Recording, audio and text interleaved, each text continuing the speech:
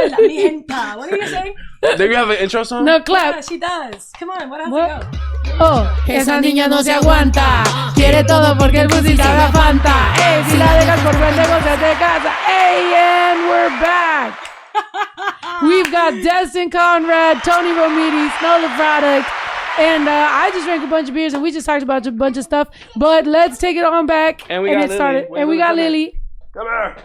Come here. And Lily. And Hey! And it starts like this. You said this is your first podcast. So my first podcast. Anything you know? Podcast virginity taken. Oh, really? Yeah. Oh, damn. Yep. You have the title. Damn. Nice. Wait, this only needs one drop because if I do any more than that, it's going to taste like a steak. What is it? What's Ooh. Oh! That was so stupid! What is it? What's your That's going to be a steak dinner, mashed potatoes. Right. Esa niña no se aguanta. Quiere todo porque el pussy sabe a Fanta. Si la dejas por And we're back. This is the real intro. We are taking his virginity tonight. No, okay, I so feel like I'm on the news. right. We're on the SpongeBob one. or like the school announcement. I'm dead. Yeah. Oh, yeah. It is giving school announcements. So today we have Mrs. Claus. Claus. Yeah. Okay, so we're here with Toni. We're here with Destin. We're gonna podcast. We are not going live for the first time. I think this is the first time we've ever done a podcast without going live. So nice, guys. I mean, usually we have like a chat to go to, but we're gonna just chat with each other. What the fuck has been up? How y'all been feeling? How you doing? Good. I'm all over the place, as you can tell. I can see in your eyes that you're worried about me. I can see in Toni's eyes. She's like, "How are you doing?" Yeah, how are you doing? Too much, man. You saw I got, instead of big chickens, I got baby chickens. I got the chickens living over there. The man didn't follow the blueprints. Just so many things. Where were you So just many traveling? things. You were just somewhere. Where was I? I went to Mexico. I went to DR.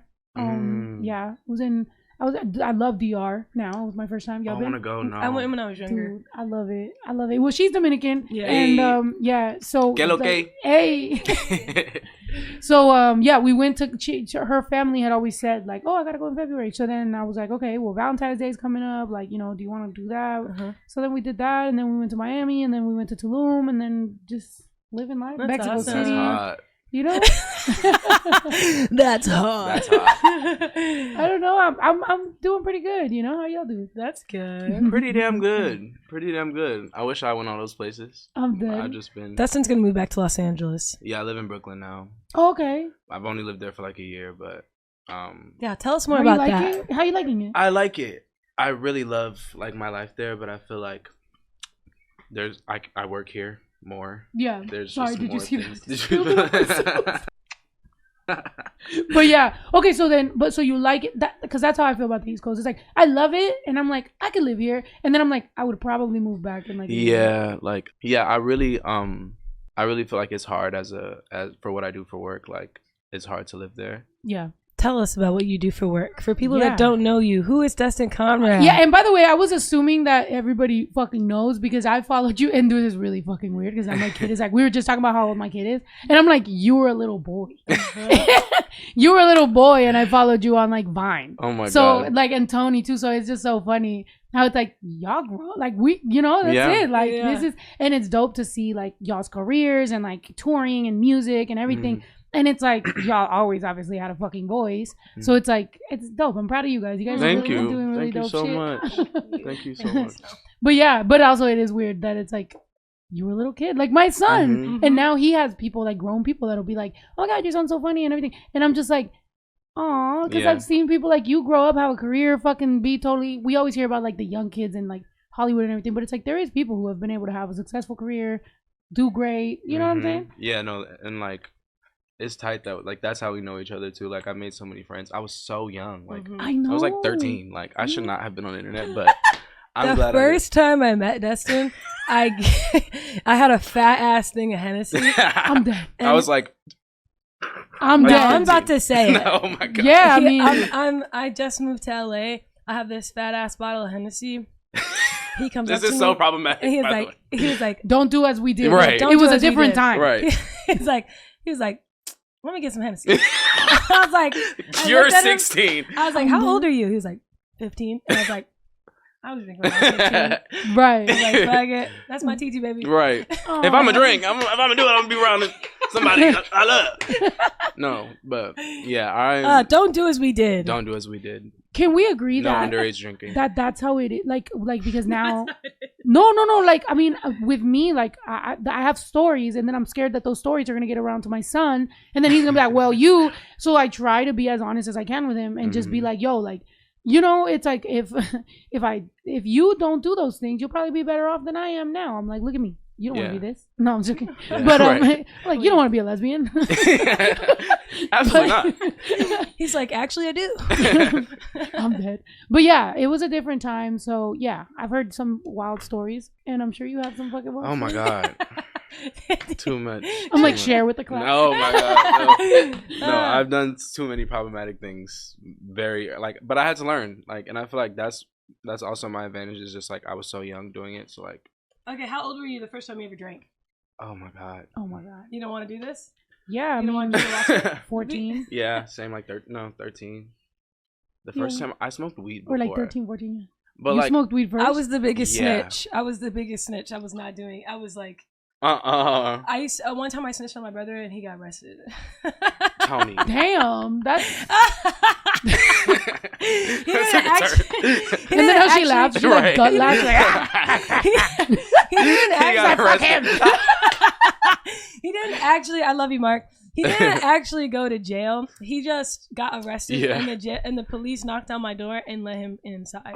But yeah, I could tell by his voice that he was under the influence, and I just looked up to my big brother so much, and I just felt like drinking and smoking was so bad. So when I just noticed that he was under the influence, I could hear it in his voice, and I would just be like, "No, Mark, you're not coming inside. You're high," and I wouldn't let him inside the house. Oh my god! You were just being drama.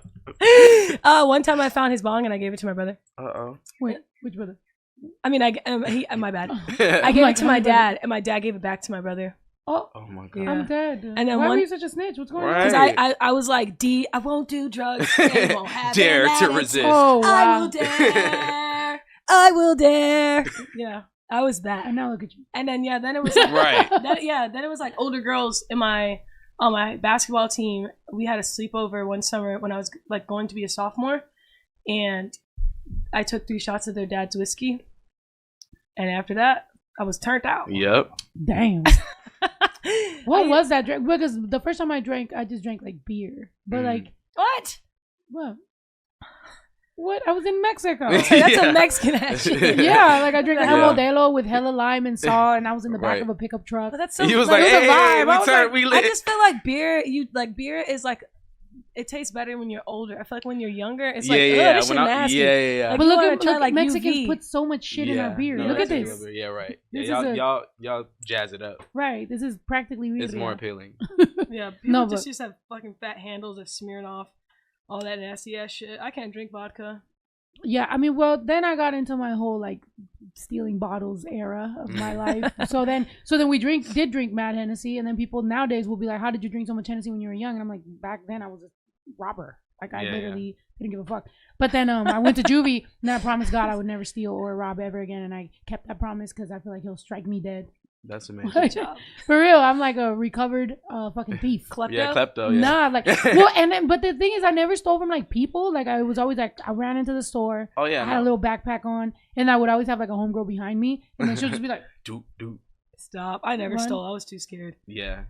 I'm dead. I tried to steal like really early. I remember one time oh my god, my mom got so mad at me because I like stole the gum, that Hubba Bubba. I'm dead. I stole a Hubba Bubba and I put it in my pocket, and then I was getting in the car and she opened the car to put me in the car seat. I was young as fuck, by the way, like core memory. And I threw the Hubba Bubba under the seat. I'm dead. And she said, "What you just do under the seat?" And I was like, and she looked in the Hubba Bubba and she made me go put the Hubba Bubba back and tell them I stole. And I was like, I stole the Hubba Bubba. I didn't mean to do it. My mom made me think of that. Which is crazy because I have a gum stealing story too in Mexico. Because we went to some store or whatever, and that was where like it was like the wholesale. So there was like a pack of like the whole thing. And then my tia in Mexico, my mom would send me off for like 6 months at a time in Mexico, and I was just having a good old time. Yeah. And so she was like, "Why are y'all chewing gum?" And then she's looking at my cousin, she's looking at me, and then I'm like, okay, I have to admit we stole the gum. And then she made us get on our knees. Have you ever I don't know, like Hispanics do this sometimes. Like sit on the wall? They put us on our knees and then had 2 bricks like this, and Oh we just my have God. to sit there for like mad time for like an Oh my hour or God. 2. And she did that to him, and then I was like, well, I did it too, so I'll go as You well. said- And then I just went and did it. I'm Right. like, punished myself. I'm screaming. But yeah, "Aw." stealing gum. Yeah, we was in our gum stealing era. Yeah, we just No, wanted to be minty fresh. Okay, I lied. I did steal one time. I'm dead. So I you're a stole- stealer and a liar. No, yes, I am. I stole one time. I was probably like 16 at the time, and I really wanted these earrings from Target. And one of my friends used to always steal earrings from Target, and I was like, okay, I'm fuck it. So I like took them out, and I I took them out, and I had a hoodie on, and I like took them out of the package, and I put them in my ear. I just hurried up and took them off and put them in my ear, and I walked out, and my heart was beating so fast. Oh my God. That's the only thing I ever stole intentionally. Everything. The only other time I got caught for stealing, my brother told me that chapstick was free, and then how they used to have them. You told me about that. You told me about that. And I took them all, and then my dad noticed because I started handing them out to people. We went to KFC drive-through. My sister worked. Did he get And mad I at him? he was like so mad. I started giving them to the people that worked at KFC because my sister worked at KFC, and I was in the back seat, like a little hand, just passing them to the people in the window. And my dad was like, "Where did you get those All from?" these And I was like, chapsticks. "I got them from the store." And he was like, "How'd you get them?" And I was like, "Mark said they were free." And then he made me go back into Walmart and apologize, and I was like that crying how Yeah. you were. I was like, "I'm sorry. I'm gonna go to jail. Yeah. I'm They dead. gonna lock me up. No, today Lily, because she was acting like a butthead to me yesterday. I was saying we were on TikTok this morning. I was saying like, do you want to tell TikTok what you did? And she kept saying no, and I was like, well, I'm not gonna tell them. And then when she was, she said, I said, well, I'm gonna tell them, and she said, no, I don't want them to tell the police. I'm dead. For real. I was like, yeah, they're not gonna tell the police. You can't go to jail for being a jerk. Yeah, that's what I said to her. All these motherfuckers can. Right. If Would you it- could, a lot of y'all would be in Right. jail. A lot of people. Imagine if that was a crime. Imagine if cheating was actually you go to jail for it. You should. Low key. A little time. A little? What? A little bit of Right. time. Do a little time. Think Right. about what you did. Well, I mean, you could put that in like a prenup and shit, can't you? Like for marriage, like if You gotta cheating. go to jail. No, like cheating, like I heard that like Cristiano Ronaldo or whatever, that he can't cheat for 3 years or something like that, or he has to pay Shorty Screaming. like some money or something. I'm like, that's He got a pretty little timer on his phone, like, okay, 1 year, 279 days now. Then I can cheat. Right. I wonder what that means. Like, yeah, like, are you like, does that entice you to be like, well, technically, or That's gross. right? I'm dead. Everybody's thinking about. Yeah, I'm like, You ever cheated? Nope. Good. Yeah, You? no, I haven't. mm-mm. Oh, I'm I not don't a cheater. know. I've also never been in like a serious relationship. Really? Yeah. Like ever? You don't want to? I'd want to. I'm not asking you right now. I'm like, you want to be in a You relationship? wanna be in a relationship? You're like, no. Let me tell you something. Right. No, I'd like to, but I mean, I've dated for like long periods of time and like consecutively like dated one person. I've never been like, hey, y'all, this is my boyfriend. Like, oh, I'm gay, by the way. Oh, nice. Gag. The gag is. Y'all didn't know at all. Gotcha. No, but yeah, I definitely would love to be in a like actual committed relationship. Oh, well, that's good. I mean, when you're ready, it's better than getting into something that you're not ready for. That's why I haven't, because like I've been approached, like I've been asked to like, but I'm just like, I want to have no doubt in my mind. Yeah. And like, I be having doubts in my mind. So I'm gonna just keep it cute until I'm like, yeah, this is Yeah. mine. Yeah. I was going. I'm gonna love that day. Yeah. Oh, you want him to be in a relationship? I think, yeah, I would love to see Dustin Aw, like in a maybe. serious relationship. Oh, I Yeah. would. Because he's I such a don't- good person. It would be nice to see him in a romantic love. you're such a like cheerer on for that too, because Mhm. you were like, she was so happy for me when I was finally like Mhm. calmed down and Yeah, because I do think that the right person in your life can bring out really good pieces of you that you didn't really. Because sometimes, like when you really love somebody, you might do more that you wouldn't have done before for yourself. Sometimes having that other person is a good motivation, and eventually then you learn to do it for yourself because you see how good it makes you feel, whatever that may be. Like if the type of person makes you stay in the house more, or they bring you out of your shell Yeah, more. what parts of yourself? What parts of yourself that can you see? And I think it's nice when you can see people that you care about actually experiencing that. I think it's nice. Yeah. Aw. So Oh. I know. mhm. And then you do make some mistakes along the way, and they bring something out of you that you take into the next step and the Yeah, next yeah, phase yeah. and the next phase until you finally are in a place where you feel But and then you have good songs to write about it. Right. Do you guys write about, like, always write about your personal stuff, or do you kind of sometimes just venture out, or what's your process? Most of the time I write about my, like, personal. I just actually started working with, like, more writers and stuff, and, like, getting other perspectives. But yeah, I definitely write about my actual situations. Yeah, I'm like 50-50. I'm kind of more of a songwriter that can write about just about anything when I like. It doesn't necessarily have to be something that I'm experiencing or that it happened to me. Like, I could listen to someone tell me a story and then write a song about that particular situation. Even when I was younger, like, I didn't really have a really serious relationship yet, and I would ask my sisters, like, what's one thing you want to work on in your relationship? And they would tell me things, and then I would use that as a way to write a song that someone could relate to. Yeah. But yeah, I mean, my most popular songs probably were, like, Switch Up was about a real situation. Maybe that's why people liked it so much. I don't know. But so I don't know, though. Sometimes when I'm just talking shit, them be the ones too. Yeah, I feel like for me too, like the talking shit. And then I've changed, obviously, the gender in the songs I write about. So it could be about a girl and I wrote it about a guy or whatever. I haven't done that lately, obviously, because I'm, like, more out now. But yeah, there was definitely times when, like, waste of time, like, I said that before, that was actually about a girl, but I kind of wrote it, like, more towards a guy. And then my son's father was in the video, so people thought it was about him. So people were like, oh, he wasted your time. And I'm like, no, actually, he just... Isn't that funny? How people just... What? Yeah. Man, my first music video ever, Nothing on Me. I was in high school. I was a big fan of Little Dirk, so I had him as my screensaver. Chicago. Yeah. And in the part where it says, ring, ring, ring, what you calling me for? I see your name, and I press ignore. And I, like, swipe decline. To this day. To this fucking day, when I go, like, if I'm on TikTok Live or something, people will say something to me like, you used to talk to Dirk. And I'm like, I was literally a high school teenager, like, just fangirling. I didn't even know him. I still have never met him. Yeah. But people swear, like, music videos be telling your whole life story. Yeah. Chicago is fucking dope. Like, and you're from, what part were you? I'm from Florida. I'm from Tampa. Okay, dope. I love Tampa too. But I was raised here. That's dope. Yeah, Chicago is fucking, like, such a... Chicago loves you. I know, like, and I love them, and I'm going to Michi Fest, by the way, drinking a Michi. So letting y'all know I'm going to Michi Fest. Chicago has good Mexican food, huh? Yeah, pretty good, yeah. You know? And there's more of a beef with LA and Texas Mexican food. They always talk shit about each other.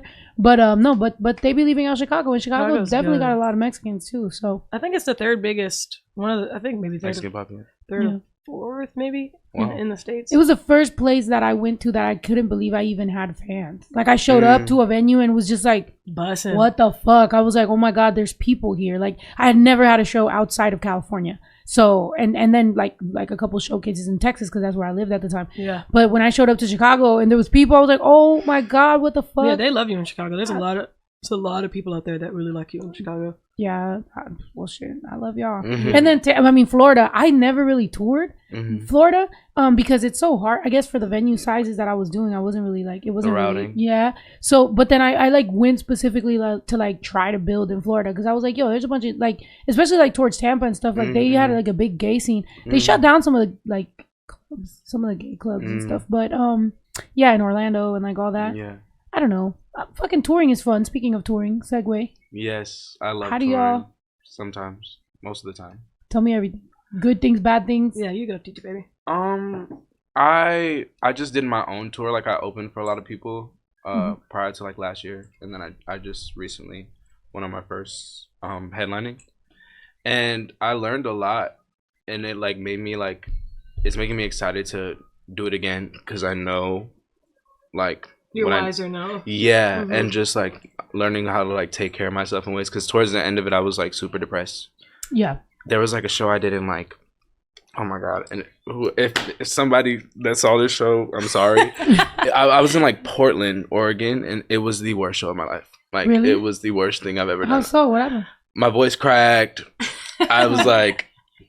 like, it was so embarrassing, like, to the point where, like, I was singing and I could just tell I didn't sound good. Like, I was tired as fuck, like, just depressed, like, want to go home, like, over it. I'm like, low-key had an attitude with my team. I had to, like, apologize to my team because I was just being, like, stank, like, And I remember I was looking out in the crowd, and this girl was like, I'm dead. That's the word. She was like, I'm so sorry, Portland, Oregon, I'm coming back, and I promise you I'm going to be well rested just for Portland, Oregon. If that's my best show, watch. Because don't you be feeling like that? Like we have to like make it up. Like I feel like that was me. I told that to Riverside. Like I was like, because I had just hired an art guy that was gonna be doing some of the prop stuff or whatever, and it just kind of was like all over the place. And mind you, like not to be like I killed it, but it was like I gave it my motherfucking all. Mm-hmm. But I was like, yo, I'm gonna come back. And to this day, they're like, so when is that makeup show? I'm like, okay, hold on, it wasn't that terrible. But I'm like, hold on, give me a second. They start asking for things like, they're like, bitch, and it's free. I'm like, hold on. I'm like, it was the prop guy. I bring him on stage. I'm like, this guy. No, but yeah, I mean, we definitely, as artists, you know, you give a fuck, and sometimes we do notice things that maybe they didn't even notice, though. Yes. Does that ever happen to you? Like, yeah, 1,000%. Oh no, no. What I be doing, just to give myself a peace of mind. If I'm going in a show and my voice isn't like my strongest. Mm-hmm. I'll be like I preface before the show. I'm like, I might. My voice is hoarse, so if my shit cracked, don't post that motherfucking video, bro. I'm going to remember you. Yeah, right. And I remember faces, so please. I'm like, I can tell sometimes when they be posting. I'm like, you didn't listen back to this. Like, you got a better clip in your phone, bitch. Do me good, bro. I be feeling fucked up sometimes because I'll be like, come on, like, there's no way, or like, there's like. Bro, I be crowd surfing, stage diving. Like, I be doing like, so much champagne popping, everything. And motherfuckers will get the, like, intro when it's just, like, going. And I'm just like, bro, this could have ended. This could have started a lot better. But I be feeling bad. Yeah. No, I'd be like, my bad. The worst thing that ever happened to me, this was, like, years ago, maybe 2017. It was my, at this point, my biggest show that I had done. It was in Minneapolis. And it's 400 cap or whatever. And I'm, like, obviously so excited to have an amazing show. I have this like pajama thing on. It has like a big fur thing. It's like a robe and these little short little pajama pants. Ooh. It was like silky. I don't know what the fuck I thought I was doing. But being a bad bitch. I have my Givenchy slides on with the fur. Okay. Anyway, so I'm out there. I'm doing my thing. I do the whole show. It's an amazing show. I'm so excited. I'm on high. I go in the bathroom to pee. I look down and my fucking tampon string is hanging out the side. No. I quickly get up and run out back on the stage, and I'm like yelling to the people, like, "Wait!" I'm like, "Wait!" Did y'all see that? No way! Swear to God, I'm like, "Wait, you guys, don't leave. Hold on a second." And it had to be a day you was wearing a fucking robe, but you could have been wearing jeans and nothing, bitch. You had on the robe, just exposed coochie out. Yeah, little shorts. And I'm like, you was ballsy, by the way, because you did not have to do that. I was like, "Wait, you guys, don't leave." I was like, "If you have any videos, when you watch your videos back tonight, if you see my tampon string hanging out, please don't fucking post it. I will remember you, and I will not forgive you. I will find you." And they're like, "We won't post it, Toni." Oh my God. Yeah, amazing. So yeah, I'm dead. That's insane. Yeah, doing shows is not for the weak. And they didn't do it? They didn't post it? No. Good. As they shouldn't. Right. But right. No, yeah, bitch. I mean, I'm definitely like. It smells like, well, shit. Some people might do that. Somebody got a video of you. But that is why I feel like having like a core fan base and like us, like they give a fuck about you. You know what I'm saying? Because like I've said before on this podcast, like when I do day ones, which is like my core fan base, bro, I will get faded. I've cried here. I've done so much shit, and like it won't end up on the internet. So it's like it is dope to just have your core and they love you and they appreciate you, and that shows too. Like, because sometimes I have noticed when I get a little bit more popular for, let's say I like some viral thing that's, you know, like when I did Visa Rap, more people came to my shows, but not everybody loved me. So that's when I started having more trouble. Like when I would crowd surf, now that's when people are actually pulling my stuff and trying to like take things and shit. Whereas whenever it's like my core, they take care of me, you know? They like lift me up and everything's really fun and I feel safe. Yeah. So sometimes it is like a give or take. Like you're like, do I want to be more popular and kind of have people that have bad energy around me? Or do I want to just continue building slowly but surely and also just feel that love, you know? Yeah. So how do y'all feel about that? Yeah. We were kind of just talking about it outside. Like that should really be the goal, is just having a core fan base. So like people that actually really, really fuck with you. Like I'd rather have like 100 people that really, really, truly fuck with me than like 500 people that don't actually give a fuck. Yeah. I feel like those are the people that like are gonna consistently support you and like. Yeah, I definitely feel like when it comes to building those relationships with the people that really fuck with you, like what you're saying, like I go back and forth between like, do I want to continue to try to get bigger venues, or do I want to stay with more intimate shows and just charge a little bit more for the ticket? Because I feel like sometimes, like when I have this last tour that I did the biggest crowds that I've done thus far, and it's like when it starts getting up to the 600, the 700, like that. To me, it starts to feel even 400 sometimes in certain rooms when people are all the way in the back. It's like the disconnect between you and those people. Like sometimes it is nice when it's just 300 people in there and you guys are all just singing the song. Like it's something really nice about it, and you can really see everybody's face. When it starts to get bigger, it feels more dehumanizing in a way that you're just a spectacle. Like you're the entertainment of the ambiance, but you're not like, especially when it gets to those bigger, like obviously I have never done like a fucking full on theater with people all there for me, but I can only imagine when I was younger and I would go to a show at like a bigger stadium or something, and it's like you might go take a break and get a beer at the fucking thing, or you might go to the bathroom and talk to your friend for 5 extra minutes. It's too much space to do shit. Yeah, and it's like the people performing are almost just kind of like, the spectacle that brought you to this function kind of a thing, like who you're going to see here. And it's not really about the fact that, okay, we're here to listen to this person's music. It turns into like, we're going to listen. We came to hear the best songs, but the best songs aren't on yet. So I'm going to go get a drink. I'm going to go hang out by the bar. I'm going to see who's over here. I don't know. It just feels like less intimate, and I feel like it loses that energy that I feel like as artists, when you do perform for people for the first time in those small rooms, and like it's just the energy's so high. Like I don't know. I just think I go back and forth about it, like how I want to continue to do my shows. If I want to try to keep pushing for these bigger venues, or if I just want to stay small but charge a little bit more for my ticket, and just keep it like that. Because I don't know. I don't know. Like even when I did my Columbus show, like towards the end, people were getting super tired. I'm over talking. Edit this out, Evo. I'm just telling you guys. It was like towards the end of my set, I could see people starting to leave because they're like trying to get to their cars, or like, and it's like that. I don't really like that. That feeling. So it's like, fuck. Yeah. like I get it. You want to beat the crowd. You want to beat the traffic. Like I'm that person. Like I leave a little bit early because I don't want to be in that bitch. You're like, I do that, but you don't do that. Yeah, don't do that. I'm on stage. How dare you? I'm still here. Yeah, stay for me. But I guess it's that type of thing when it's happening to you. You're like, God damn, it feels so. I don't know. Like, I don't even know if that's the word. And for me, if I'm drinking, I won't notice that. But I might notice it. But I won't give a fuck. But if I'm sober, I'm gonna be like, hey, you, and then the whole thing just goes to them. And my brother runs my light, so he just like puts a spotlight. I'm like, it turns into a stand-up show. Stay where you are. I'm like heckling the fuck. You start roasting them. You like, where the fuck you think you going? No, but I was like, I don't say that. No, in the last show that I just did, I did one with E40 in Reno. Ooh. And we have a similar crowd, but I could tell that definitely some of the people in the back were they were sitting there. I could tell they didn't know who I was in the back. Like the front was rowdy as fuck, and these motherfuckers knew exactly. And then they started fighting. It was a love song. They started fighting. Security's there, this whole shit or whatever. But it was like a main fan of mine. Once I like look, I'm like seeing the whole thing. I'm like, hey, everybody stop. And then like I like peep, and it's like this fan that shows up to everything.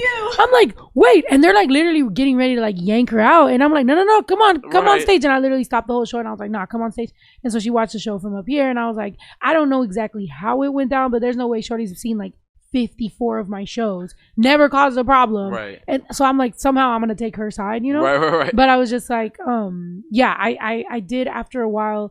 Like I saw some of the videos pop up on TikTok, and I was like I kind of was yelling at security a little bit, but they were just yanking her, and I'm like, immediately, of course they're gonna blame, because it was she's black and it's a white person, and they're just kind of fighting, and of course they're just gonna go hard on the masculine black woman as opposed to, you know what I'm saying? So to me, I was just like, bro, what the fuck? So I'm like kind of getting mad, and in Houston they accused me of like inciting a riot, but I filmed the entire thing, so I literally had to send it, and I'm like, police department, promoters, Live Nation, I think, all kinds of people. I have to go send around my video and be like, look, this is what happened. Somebody literally had a panic attack.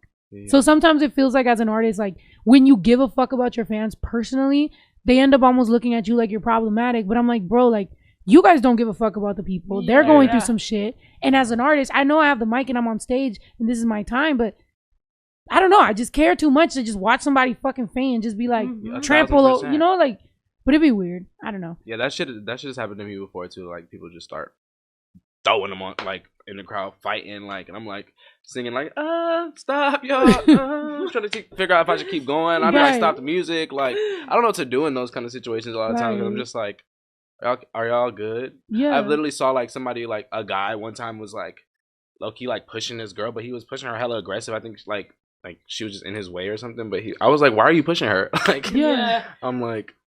Yeah, that shit is very crazy. Sometimes I'll be like, I see you. Right. Like, sometimes I think they don't think we can see, but it's like, I'm like staring right at you. Like, whatever you just did right there was fucking weird. Especially when guys are getting aggressive with girls. Oh my God. It's like, what's I'm like, wrong leave her alone. I literally, sometimes I'm like, you go over there. I'm like separating them. Like, like a teacher. Like. But sometimes, sometimes like for the sake of professionalism or to not seem problematic, some artists won't. Some artists will just keep the show going and whatever. But it's like, I see how that like looks better for them, but I'm like, I don't know. How do you just sit there and watch that shit? No. And you're just like, you know, it's weird. Yeah, no, I can't. At my Pittsburgh show, full on fight broke out during I'm a Dog Too. I'm screaming. That's kind of cunt though. See, like I be singing like a fucking slow. Everything's in the air. You're right, and they do. If he a dog, I'm a dog. Yeah, exactly. Like that's my kind. I'm like, y'all can fight. This is a good song to fight. Yeah, literally, no, that shit is crazy. Yeah. Right, if the tempo lends itself to it, you just be throwing us off when it's the R&B songs or whatever. I mean, well, with me, I mean, I don't have R&B, but slow. Yeah. What's the slowest I've got? Like Drunk Love or something. Or most of your music's pretty high energy, though. Yeah. Like, I literally make songs for performances because I've, like, for so long, that was my bread and butter. Like, I literally only survived off shows. Yeah. So, I made everything be very, like, energetic and jump and up and down and fucking, you know, I love high energy shows because I be getting bored on stage. Like, I just be like, so, I like that. But, yeah. So, I had one bad show, which led me to make a tour where I performed for 2 hours. Every fucking show, and since then people won't let me bring it back down to normal time. So now it's like every single show is 2 fucking hours, and I'm just like, please let me just have a regular set so I can, you know, maybe be able to go back on tour, because this year I took it off because I was just like, bro, every year I felt like I would get off tour and then right away the clock's already ticking, I'm already getting ready for the next one, an announcement and the bookings and everything, and you're just like counting down. I'm like at home, but I'm already like counting down how much time I have till the next fucking show, and I'm like, bro. And also I didn't think, and we talked about this when we were shooting Always Something, that the experience needs to feel a little better as the shows get bigger, because they don't be giving a fuck. You know what I'm saying? Like, the venue wants their cut, the promoter wants their cut, you know, whether it's, you know, whatever, AG or Live Nation or whoever the fuck, they want to do their thing. Like, everybody is so focused on their shit, and then you got Ticketmaster, you got scalpers, and you got all this shit. And then, like, the only people that don't really get that experience is the artist and the fan. They don't get the best they can because there's so many people in the kitchen. Right. And it's like, how do we... So that's why lately I've been taking certain meetings about just different ways to do certain shit, because I'm like, I want the experience to feel good for y'all. Yeah. I want the experience to feel good for me. Yeah. And I want us to, this is a moment in time we're sharing. Yeah. And like, if it don't feel as best as it can, you know? Yeah. I've definitely gone to some concerts that are like huge and they got all the pyrotechnics and shit, and I'm bored off my ass. I'd be like, this just sucks. Yeah. You know, but babe, I was gonna say girlfriend, you go to a lot of shows. Like, you're a fan. You're like a music fan. Who's the best person you've seen live? Shut up. That's just because you win with a goal of hitting on me. Correct answer. Right. All right. Juan Luis Guerra. Is that Spanish artist? Dominican. Like, that's what? Bachata and shit? What does he do? I love bachata. Aventura can put on a show. But they're the Dominican. What makes that a good show though? Like, what have you, like, what is the, I'm like research right now. Right. But what was so good about it? You know what I'm saying? It's just how good they arranged every song. It wasn't like an out of, like, I don't know, I don't know, it's just like the set list matters a lot, I feel. Because I feel like if you play one song and then the other song is not the same energy or is a different one, sometimes it'll be like, oh, like what's going on? Like people get a little confused. It's like a DJ. Yeah. Low key. Damn. I kind of I know, but I'm like I be all over the place, to be honest. Like I dead ass like like maybe this is what this year is about. It's like me just really looking at shit and being like, because I'll just go like up and then I'll go because then I'll want to give the dancers a break. So then I'm like, let me not have dancers right now.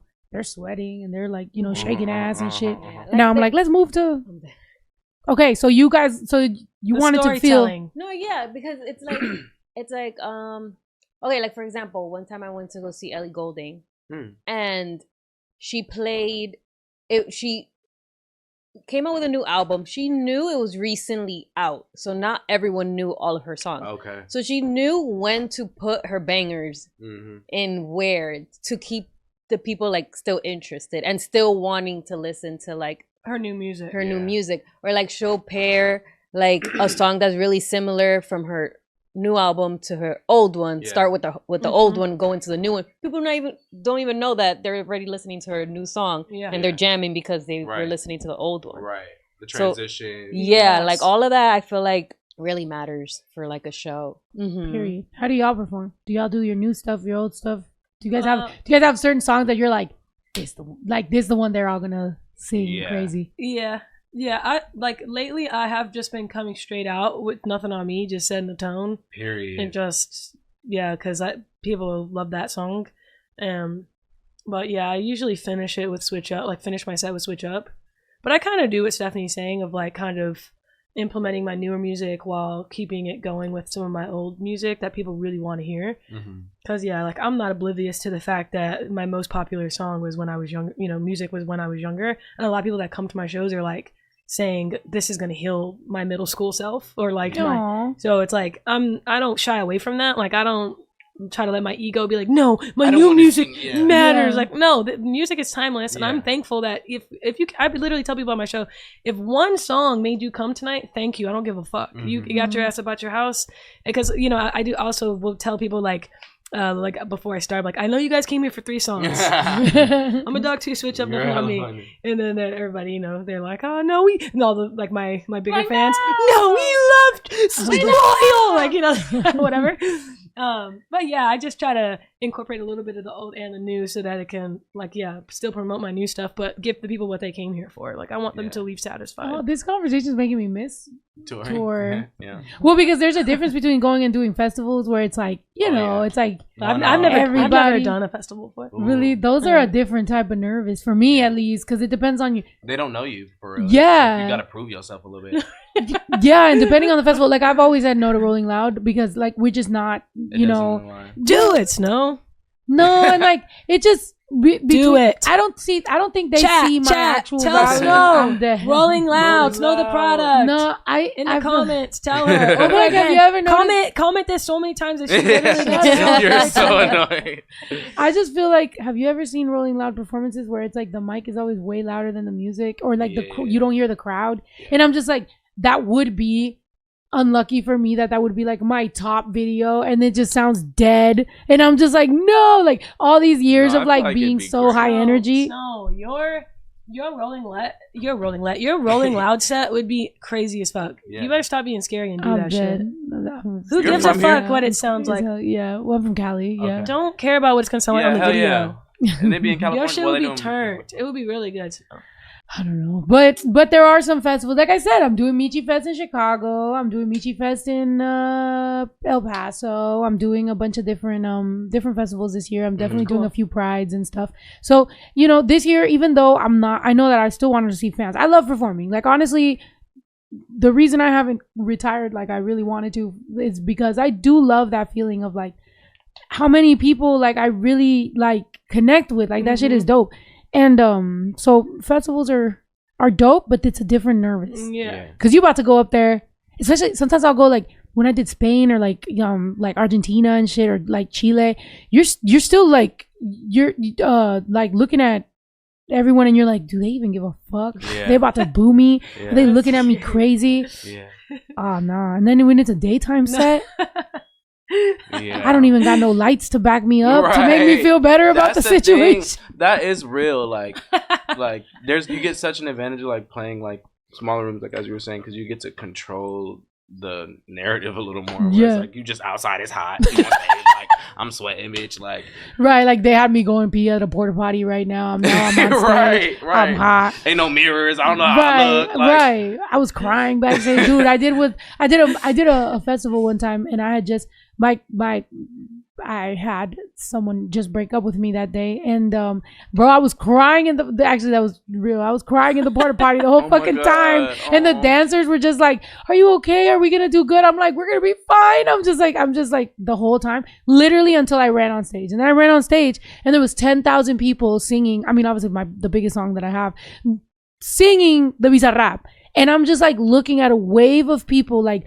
jumping up and down and just singing that whole fucking hook. Yeah. And I'm like, I can't believe, like, you know what I mean? Like, you're like, what you're going through emotionally is insane. And then eventually some girl went on TikTok. She deleted it now, but it was a girl that was working the event. And she was like, I was so excited to meet Snow, and I was doing her security and everything. She's like, and she was so quiet, and I just thought she was a bitch, you know, blah, blah. She's like, and then it wasn't until she went on stage and said that she had just gotten through a breakup. And then I saw that actually she was sad. She just wasn't like talking or whatever. Like, bitch, I'm heartbroken. Right. I'm like, bitch, I'm fucking melting down right now. But it is so crazy how as an artist, it doesn't matter what you're going through inside.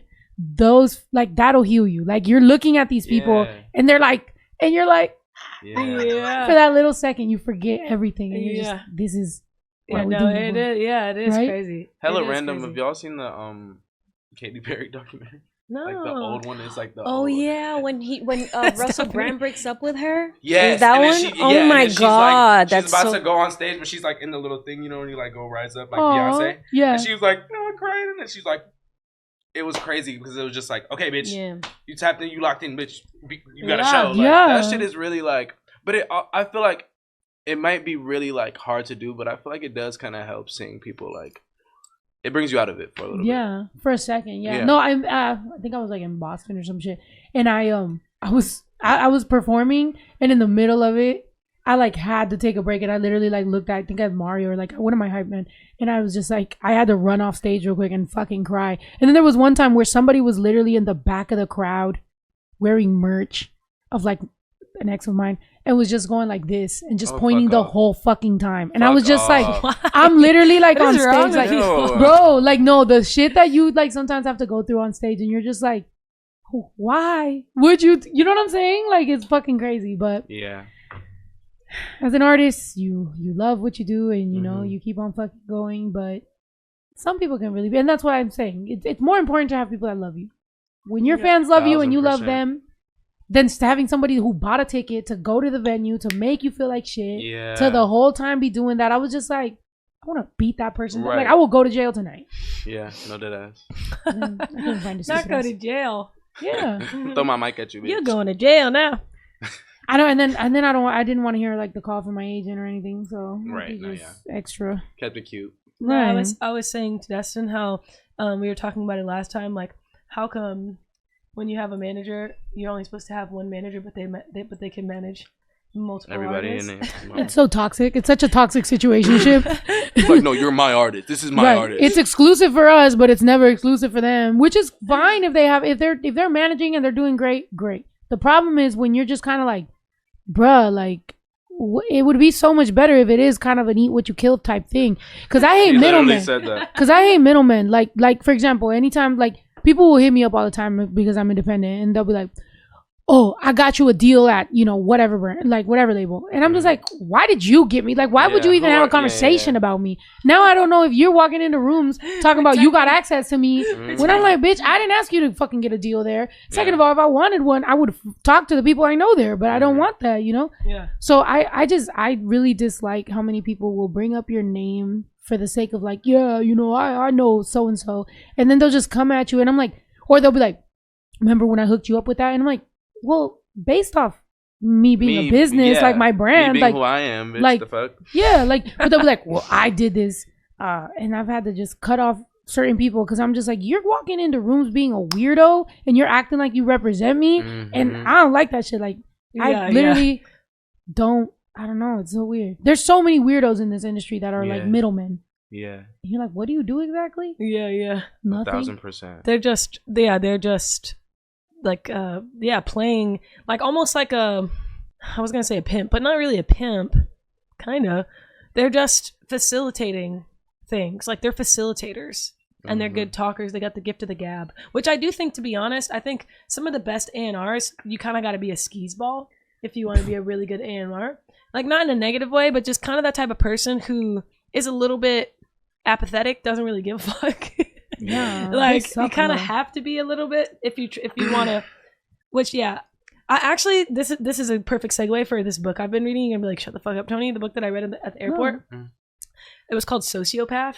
And it was really good, but the girl was basically she was a sociopath. It was like a memoir about her life, and she starts like working as a music manager with her dad. Her dad worked in the music business in California, and she was basically talking about how so many people that she came across in the music industry kind of it's like the music industry is so boundaryless that it allows people to kind of be to do negative things without any consequences. Like it's like the way that people are like, oh well, just business. Like it's nothing personal. It's like, bitch, this is my livelihood. What the fuck are you talking about? It's not personal. There's no HR. There's no HR. There's no one there's no union. There's no one that you can really like hold someone accountable for the wrongdoings or the things that they've done, the inappropriate things they might say or whatever. So it gives people more freedom to be more harmful to people. But yeah, it was just a really interesting ass book. Like, I'm gonna read it. It was really good. It was really, really good. But that is true about the industry, especially like, I mean, for me, because sometimes people bring up like, oh, like, why didn't you, when you were at Atlantic or when you were wherever, like, why didn't you do more? Or why didn't you blow up? Or why didn't you whatever? And I'm like, you have to understand that being Mexican, like, now is something people talk about like in a major type way, but back then, like, it wasn't. So it's like they would be like they wouldn't understand that being Mexican, daughter of undocumented immigrants, when I'm speaking about these things, that's what I'm talking about. And they're like, no, but what about a reggaeton song talking about poppy this, poppy that? And I'm like, well, that's not, I'm not Puerto Rican, you know what I'm saying? And it's like, and if I did, it would be a different fucking topic. So it's like you're having to teach them like culture stuff, and I'm like, honestly, just wrong time. Like, it just wasn't ready. I wasn't gonna be the breakout star, and if I was, I would be like a Paula Deanda, where it was kind of like you kind of didn't really know what certain people, in that time, I feel like people weren't really just going out and being super, like whatever, waving their flag. Like I think everyone was like, I'm Latina, and it was just like whatever. So it is crazy how this industry, they even told me like the taco circuit. They were like, okay, like there's like the taco circuit, there's the chitlin circuit, there's all these things, and I'm just like, what the fuck is, you know what I'm saying? Like, you're really, like, you're in an office with all these white people, they're really telling you these things, and you're just like, I'm like, okay, so I'm not allowed to do this route because I have to do this route because that's the taco circuit and that's the way that I'm gonna do it. I'm like, it was a weird place, the music industry. I'm so happy that nowadays independent artists can go straight to consumer and straight to fan and straight to people and just be like, if you fuck with me, if you like me as a person, there's people that like me as a podcaster. There's people that like me as a rapper. There's people that like, how I parent. There's people that like me from Queen of the South. Like, whatever it is, thank you for like talking with me, connecting with me. But I love this. I hate the vibe. You was on that show? Yeah, Queen of the South. Oh, wow. I watched that show. Like season 4 or something? 5? Wow. It was 2 seasons. Okay. But was it fun? Yeah. Yeah. You should get into more acting stuff. I just got sent a list of fucking things because I finally switched agencies. Did you take classes? No. Literally the writer just like me. With you. Yeah. And was like, try this. And so I sent in a tape and then I got it. It was supposed to be for 1 episode. I ended up getting like 8 episodes, 2 seasons. I was like, And I mean, had the show not ended, I think I would have eventually liked to come back. It was a dope experience. And I got to shoot a Nazi in the dick, so that's pretty cool. Kind. I'm like, with a gun that had a Mexican flag on it. I was like, I mean, I'm gonna license that scene for a music video. Like, can I use that for my own video? Right.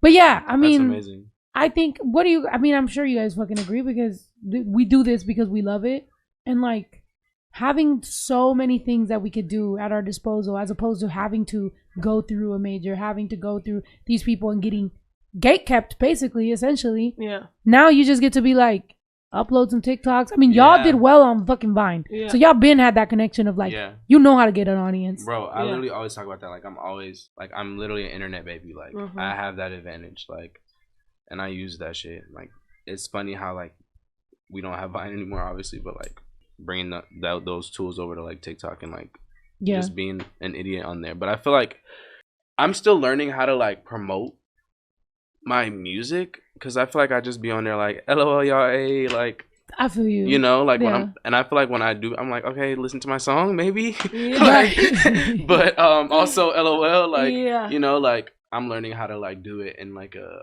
authentic way, because I only know how to be an idiot on the internet, unfortunately. So but it works. That's dope. Yeah, it works. It's dope. That's me. Like, it's dope. It's dope that you're funny, because it's undoubted. Like, it's like there's no doubt you guys can sing. You know what I'm saying? Like, you have the talent. Yeah. So it's almost like it's like, haha, it's funny, and then you like sing, and then people are like, oh wait, you can actually sing. As opposed to like, I feel like rap is just like you put words together. So it's like it's like, hey, listen to me rap. They're like, fucking moron. Right. But singing is like. Bro, if I could sing like y'all, bro, you would never shut me the fuck up. I would sing everything. I would sing the podcast. I'd be like, oh, singers only, please. Yeah. It'd be Taco Tuesday every day. But practice. Your voice is actually a really nice tone. I think you talk like you could sing. When put in auto tune, I like making melodies, and you know, like when I go in the booth and I like, you know, vibe. I love it. It feels good to me. But when I put it out, people are like, we miss the old Snow, the hardcore, you know, Tech 9 rapping Snow. And I'm like, God damn. Yeah. God forbid I'm like a cancer and fucking want to sing about love, like, and heartbreak. Just do it both. Do a hook that sings and then come in, motherfucker, I told you. Motherfucker. And then I go back into the... Yeah. People are like, this bitch is bipolar as fuck. I'm like, and? No, you can't though. Yeah, I mean, I try. I don't fucking know. Lately I've been so mad about what's going on in the world and in politics that I don't even know what the fuck. You know what I'm saying? Yeah. Like, I'll get in the studio and then I end up on TikTok and then I'm like, breaking news. I'm like, fuck. This motherfucker. Y'all don't do that? You don't do that? You're like, what's your For You page? You need to send me some memes, bitch, because I need a different. Yeah. I always send Destin shit that I think is funny. Anytime anybody can sing really good, like just a really good singer, I always send it to Destin. Yeah, that's our TikTok DMs. Yeah. Is it singing? It's like people that can sing really good, or something that I think that me and Destin would just think is really fucking funny. And it's always something stupid as fuck. Do you guys have songs together? Oh man, when we were younger, we did work on some stuff. Yeah, we haven't like been in the studio. We haven't. Yeah. The most recent is my song "Hold Me." Destin helped me a little bit with that song. Oh yeah, I forgot. Yeah, he helped me a little bit with that. But yeah, we definitely need to do something again. Yeah, because we're like, it was years ago. Like, it's so easy. It's so easy working with like friends. Like that's something I really enjoy doing. Like as artists, is like working with friends to the point where sometimes I'm like, my manager's like, "Hey, this artist wants you." I'm like, I don't know. What if you suck as a person, not even as an artist? Like, your music could be good, but like, what if we don't align like as people, and I just got this song with you? Like, I don't know. It's just like awkward to me. Do you guys like feel like you can't just do a song with anyone? Like, like as a rapper, people always are like, how much for a verse? And like, I don't. There's no like, you know what I'm saying? I'm not just like, this much, and you got me on a song. Like, no, like I don't know you. Like, I gotta, you know. So I totally agree with you, and I do like working like. You know, when we worked on that song, I feel like that was mad fun. It's like, easy. Let's do it, bitch. Let's do it. We did that. Can I come next time? Yes. Like if the video, like it was funny because it's like how long we had the song. We made the song in this amount of time. We had it for this amount of time, and then we made the video in this amount of time, and then the shit was out. It was like the actual process was so quick, but just waiting. It was the most ADD procrastination I've ever experienced, and I loved it. Yeah. Because it was definitely how my brain is. It was like, all right, like me and Snow just kept, all right, when we're going to drop it, then but you wanted to change words in it. You wanted to add harmonies. I was like, bitch, let's just put this shit out. Oh, no. But like simple. I wanted to make sure I sounded good. I just wanted to make sure but it was so good. It. I don't know if we got demo-itis, but I just love the original. Yeah. No, you know I mean, I liked both. I mean, I can't remember what I sounded like when I did the second time. Yeah. I definitely have that shit. Demo-itis. Yeah, I get demo-itis so bad. Like, it's probably one of my worst. Yeah. Like, I can't. Like, I'll get irritated. My new engineer that I've been working with, he gets it now. But when I first started working with him, he would try to like add little things to it, and I used to have to be like, Marv, that's not how the demo was. Keep the demo exactly how it was. Just make my shit sound a little bit crispier, nigga. Don't touch nothing else.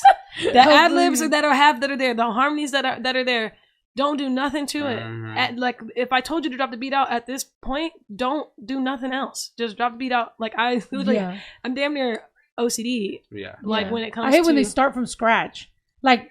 You have like something. We had something here. Right. And instead of building on it and like kind of cleaning it up, they're just like and then they just go and you're like, why did you do that though? You know, go back to my motherfucking demo. Right. And then if I was an engineer, I'd be like, then don't fucking send it to me, bitch. But I feel both sides because I sometimes I'd be telling my guy, I'd be like, just make it sound like exactly how it was. And he's like, well, then what am I supposed to do with this shit? Yeah. But I like when a voice is full. Yeah, but I feel like for me, it's not even like when I'm saying exactly how it was, I'm saying like where I asked you to drop the beat out, where I asked you to do this little accent, like don't add extra reverb on this little part. Right. And add like I mean, you can get experimental, but like don't do too much. Like I just don't like when people start adding too many. It's a whole other fucking song. Yeah, like effects and stuff on it. Like I don't really like that when I didn't ask for it. I hate compression. I don't know. I don't know the difference. Compression, you know, when they make it sound too smushed. Yeah. Like if it's too compressed and you hear the S's like mad. Like, that's not good for my songs. I'd be like, why? I'd be like, why is there so much of this? I don't know, but it's also like neurodivergent brain where I hyper focus on that. Like I love bass and I hate high pitched noises. So also it's just a me problem, you know. Like sometimes people will be like, it's you. I'm like, yeah. I can't trust myself. Yeah, I don't fucking know. Yeah, but. I mean, you have a new engineer. Yeah. That's dope. Yeah, I've been working with him for the last year. His name was Marv. His birthday was the other day. Shout out to Marv. He's really awesome. Yeah, he's really cool. I've been working with this other producer. His name is Jay Uncut as well. And we just be all working together. Work, bitch. Invite me to a session. Yeah. You don't always like we can go bowling. I'm like, you can invite me to things. You know, I'll be here. Let's do it. No, but yeah, and you guys need to work on a song. I know we do. It's long overdue. I want to hear y'all harmonizing. I want to hear that live. No, Destin is the best. I literally was just saying to him in the car, I need him to just be in my session sometimes because his ability to find harmonies is that's my weak spot. Like I'm so bad at finding a harmony. Like I have to use like a robot that like picks one and then I can hear it and then I can sing it. But if like he can just hear the harmony right in the moment, like he'll harmonize with any fucking song at any it's low-key annoying. Like it's low-key annoying to my friends because they be like, "Bitch, why are you?" No, I love it. Always singing like the other thing. I know. I love it. My friend JT is my hairstylist, but he can sing and like he doesn't like I don't feel like he does it professionally as much as probably he should, but he always does that. Like he'll be doing hair. And then he'll just be singing, like harmonizing to like Ariana or something, and I'm just like, God damn, like you know what I'm saying? Like he's talented. Yeah. So I that's something I could never fucking do. I love hearing it when he does it because I'm like, damn, how did you find that harmony right there? Like my is that just how your brain? My brain can't. Yeah, I don't know. I think it's just my brain. What's crazy is like I don't know how to play any instruments. Like I don't know like notes. Like you don't think you do. If you pick one up, you're like. Yeah, like I can fuck around and like I have a trumpet and a saxophone and a guitar. Wow. I'm like, pick one of those up. We want to see it. No. He starts fucking immediately. Right. You turn into Lisa Simpson. No, I think definitely me and Destin are similar in that way. Like our instrument is our ear, and then probably the ability to come up with melodies. But I think for me for sure, my ear, like I have. Like, I don't know what key it's supposed to be in, bitch, but I know it's not that. Like, I can hear when, like, I'm very anal about like, when I'm singing. That's why I was being like, okay, wait, can I hear it again? Because I want to make sure all my notes are how I want them to sound. I'm just really anal about that. Like, notes being not too sharp, not too flat. Like, I'm pretty anal about it. No. Sharp is like when... Sharp is like when it's slightly too... above the note, the sound, and flat is when it's slightly underneath the note. If that makes sense. Okay. It's like if this is no and I'm like and then I'm like yeah. But that was a bad like I get it. Like I get it in theory. You know what I'm saying? But I'm like to be there and like apply it. That's dope though. I mean shit. Shout out Auto-Tune though. Yeah. Shout out to Auto-Tune for real. No, for sure. Yeah, Auto-Tune is a saving grace. I mean, even the best singers, everybody uses it. So it's just slightly, like even the pitch correction that Drake does on his songs is very tedious. Like it's every single fucking note is made sure to be on the right key. What is that, Melodyne? What does Drake use? Pitch correction. Yeah, is that probably Melodyne? Like I think that is Melodyne when you like put in the note and watch it. I'm using that shit too. I love it. Yeah. If I can't hit a note perfectly, I swear I'd be like, hell yeah, fix it for me. Right. I'm over this. I've tried 15 times. Right. I can't do it to fucking fix it. But then I'm also really big on being able to sing my verses all the way through. Like I'm not opposed to comping a song when I'm like when it's all said and done. If I've been able to do at least one good take that if I performed it live, I'd be proud of it. Excuse me, that was disgusting. But I can't cut. Like I don't want to punch every single line. Because then I feel bad. Like I feel like, oh well, if I sing this live, then how am I gonna be able to sing it if I can't even sing it through at least one time? Yeah. But yeah. I be taking advantage of all that shit. I'm like, if it's here, I'm gonna fucking use it, bitch. Right. Sometimes I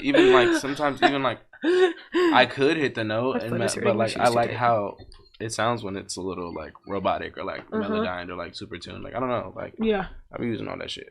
Yeah. I don't like when people try to like this bitch. What is going on? not her rubbing her feet together right now. She's about to go to bed. These ones were extra crispy. Oh yeah, they stiff a little bit. Fucking my feet up. But yeah, no auto-tune slander. Wait, what were you saying? Right. How do y'all feel about AI? Like, where do you think the future of AI is? I'm scared. Right. They coming for our jobs or what? Y'all be You're like, they're here. They are. They have. Have y'all been seeing them Waymos? What is that? Oh yeah, fucking cars. That be driving them. I'm not. It'll never be okay with me to go inside one of them. Bitch, nobody's in there. Yeah. I took Why one. is it driving? Yeah. I took one. I was like, I've been in one too. No, I definitely got one. No, I just had to see. I got in the front seat, bitch, and I was like looking at the wheel moving. You're like, Yep. I'm talking to the driver that don't exist. No, that shit is scary. It's scary as fuck. Like Is there a camera in there? Yeah. I can see you. There's a camera in there, and like my friend was. My crazy ass was telling me that one time she went in and fuck somebody. No, oh. wait, right. But she went in there and like grabbed the wheel, and the car was like, nah! And it told her like, don't touch the wheel. Like she grabbed the fucking wheel, it was moving. I'm like, bitch, leave them people car alone. They gonna right. You going to jail? That's scary. Yeah. She's like, this isn't dangerous enough. Right. Let's up the danger. No, yeah, that's actually terrifying. I don't know if I'm ballsy enough to do that. To get in one? To get in one. You haven't got in one? No. You should get in one. We'll get in one. What? It's just like the whole time I'm just on edge. Like I couldn't imagine like getting in one and just being like on my phone chilling. Like, yeah, bitch, who's driving this? Yeah, who is actually driving it? The Wi-Fi girl to enter the satellite. Bitch. Someone's sitting like. Somebody's at home playing video games. They think they're on GTA. Bro, that's what it feels like. Imagine that though. Imagine that is actually what our someone is driving us in another universe, in a parallel universe. Yeah. Honestly, self-driving cars are like who. Also think about like who would have thought that like that would be a thing like years ago. Like if you said like there's gonna be cars that drive themselves, like bitch, okay, what you think this is? Fucking, I mean, the year 3000, bitch. But like. These bitches about to be floating soon, bitch. We about to be up in the fucking air. Well, honestly, all the movies that talk about the future, we should have been motherfucking flying by now. They made seem 2025 like it was futuristic as fuck. Yeah. Like Back to the Future, that was like it was supposed to be in the early 2000s in that movie when he went to the future. Yeah. And it was flying cars, and we ain't got that yet. I want that. Right. Low key is heading that direction. I feel like what happened with some of this immigration stuff is. Mind you, this is my opinion. That they're trying to like get rid of everybody, and they're like, oh, blah blah, because they think that they're gonna automate stuff. But I don't think they got the automation down at all yet. You feel me? So like to them, like Elon Musk and his K-hole is like, we got it all set up, we got it all ready. But it's like, bro, your robots suck. Like you're not as smart as you think you are. So now what you're gonna do is you're gonna have all this like supposed automation. Bro, he can't even get Tesla right. Like literally. Every single time that I've had, because I did have a car before, this motherfucker went crazy. No, because I keep getting fucking beat up over it. And I'm like, it's just there. What do you want me to do? Just fucking take the L? Right.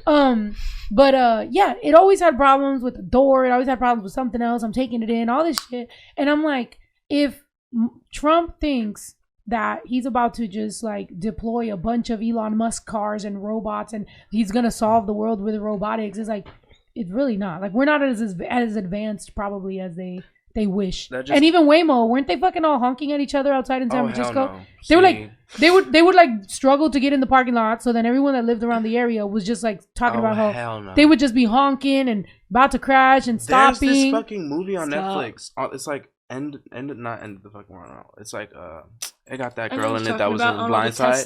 All the Teslas, yeah. Bitch, that could happen. Yeah. And Barack Obama was a executive producer in that shit, so I feel like he's trying to tell us something. Yeah, he is. No, yeah. These Teslas could start driving, bitch. That would be fucking crazy, and it seems very like.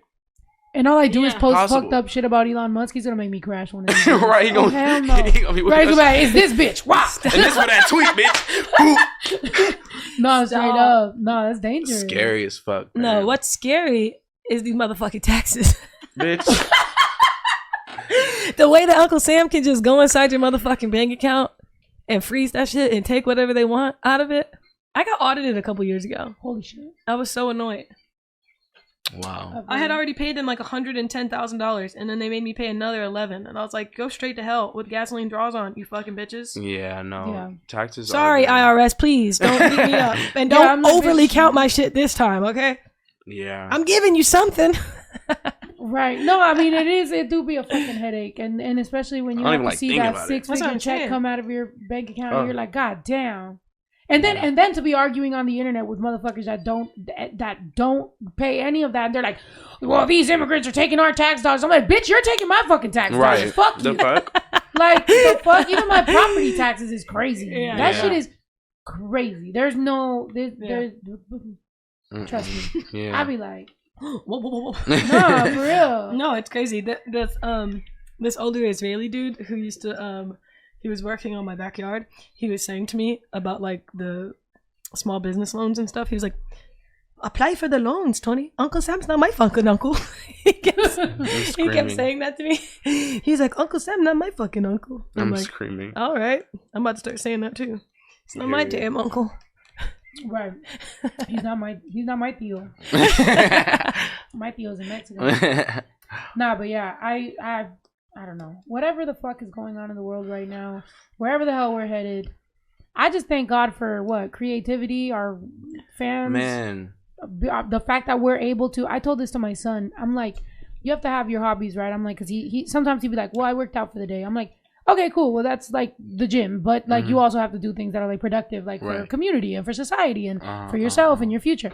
And so I was like, you also have to have a hobby. I'm like, where you have nothing and you make something, you know, like, cause everybody can, cause he always talks about business or whatever. He's like, I want to flip this. I want to buy this. I want to flip this. I want to do whatever. I'm like, okay, cool. But there's something for people like us that like write an idea out of your head, like out of your brain, and it becomes something. And then it's actually a tangible thing that you like give, you know, to your fans. And then that's how you make a business. And like that, like being able to invent out of nowhere is magic, dude. Yeah. And like, I would try to tell everybody, like, try to have a hobby that you can create, you know, because it's like, that's what we really have. Like AI will be able to, I guess, recreate and like have a prompt and like make things, but not like a human. Yeah, it's soulless. Like we can make something and then boom, it just exists. And it is, and that idea, you know. But I don't see AI invoking like any emotion, like making me cry or like, I don't know, like that shit doesn't give like human, obviously. So it's like, or they'll take from like different people and kind of like,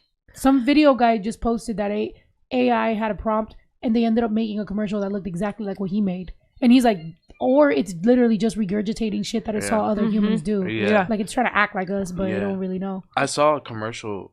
I was in the gym and I was like looking at the TV and it was like a commercial for like an airline. And I was like, these people are not real. Like, and they're about to literally just start, like, imagine they start making movies with like just not real actors and like fucking. Oh yeah, shit. That's interesting though. I mean, it would basically be like a animated real life animation, like on Black Mirror, to the most animated, damn near. Yeah, that's crazy. But I was thinking about something about like, do you ever feel like if you have an idea, you need to execute it because now that you've thought it, it's gone into the collective consciousness, and now it could be.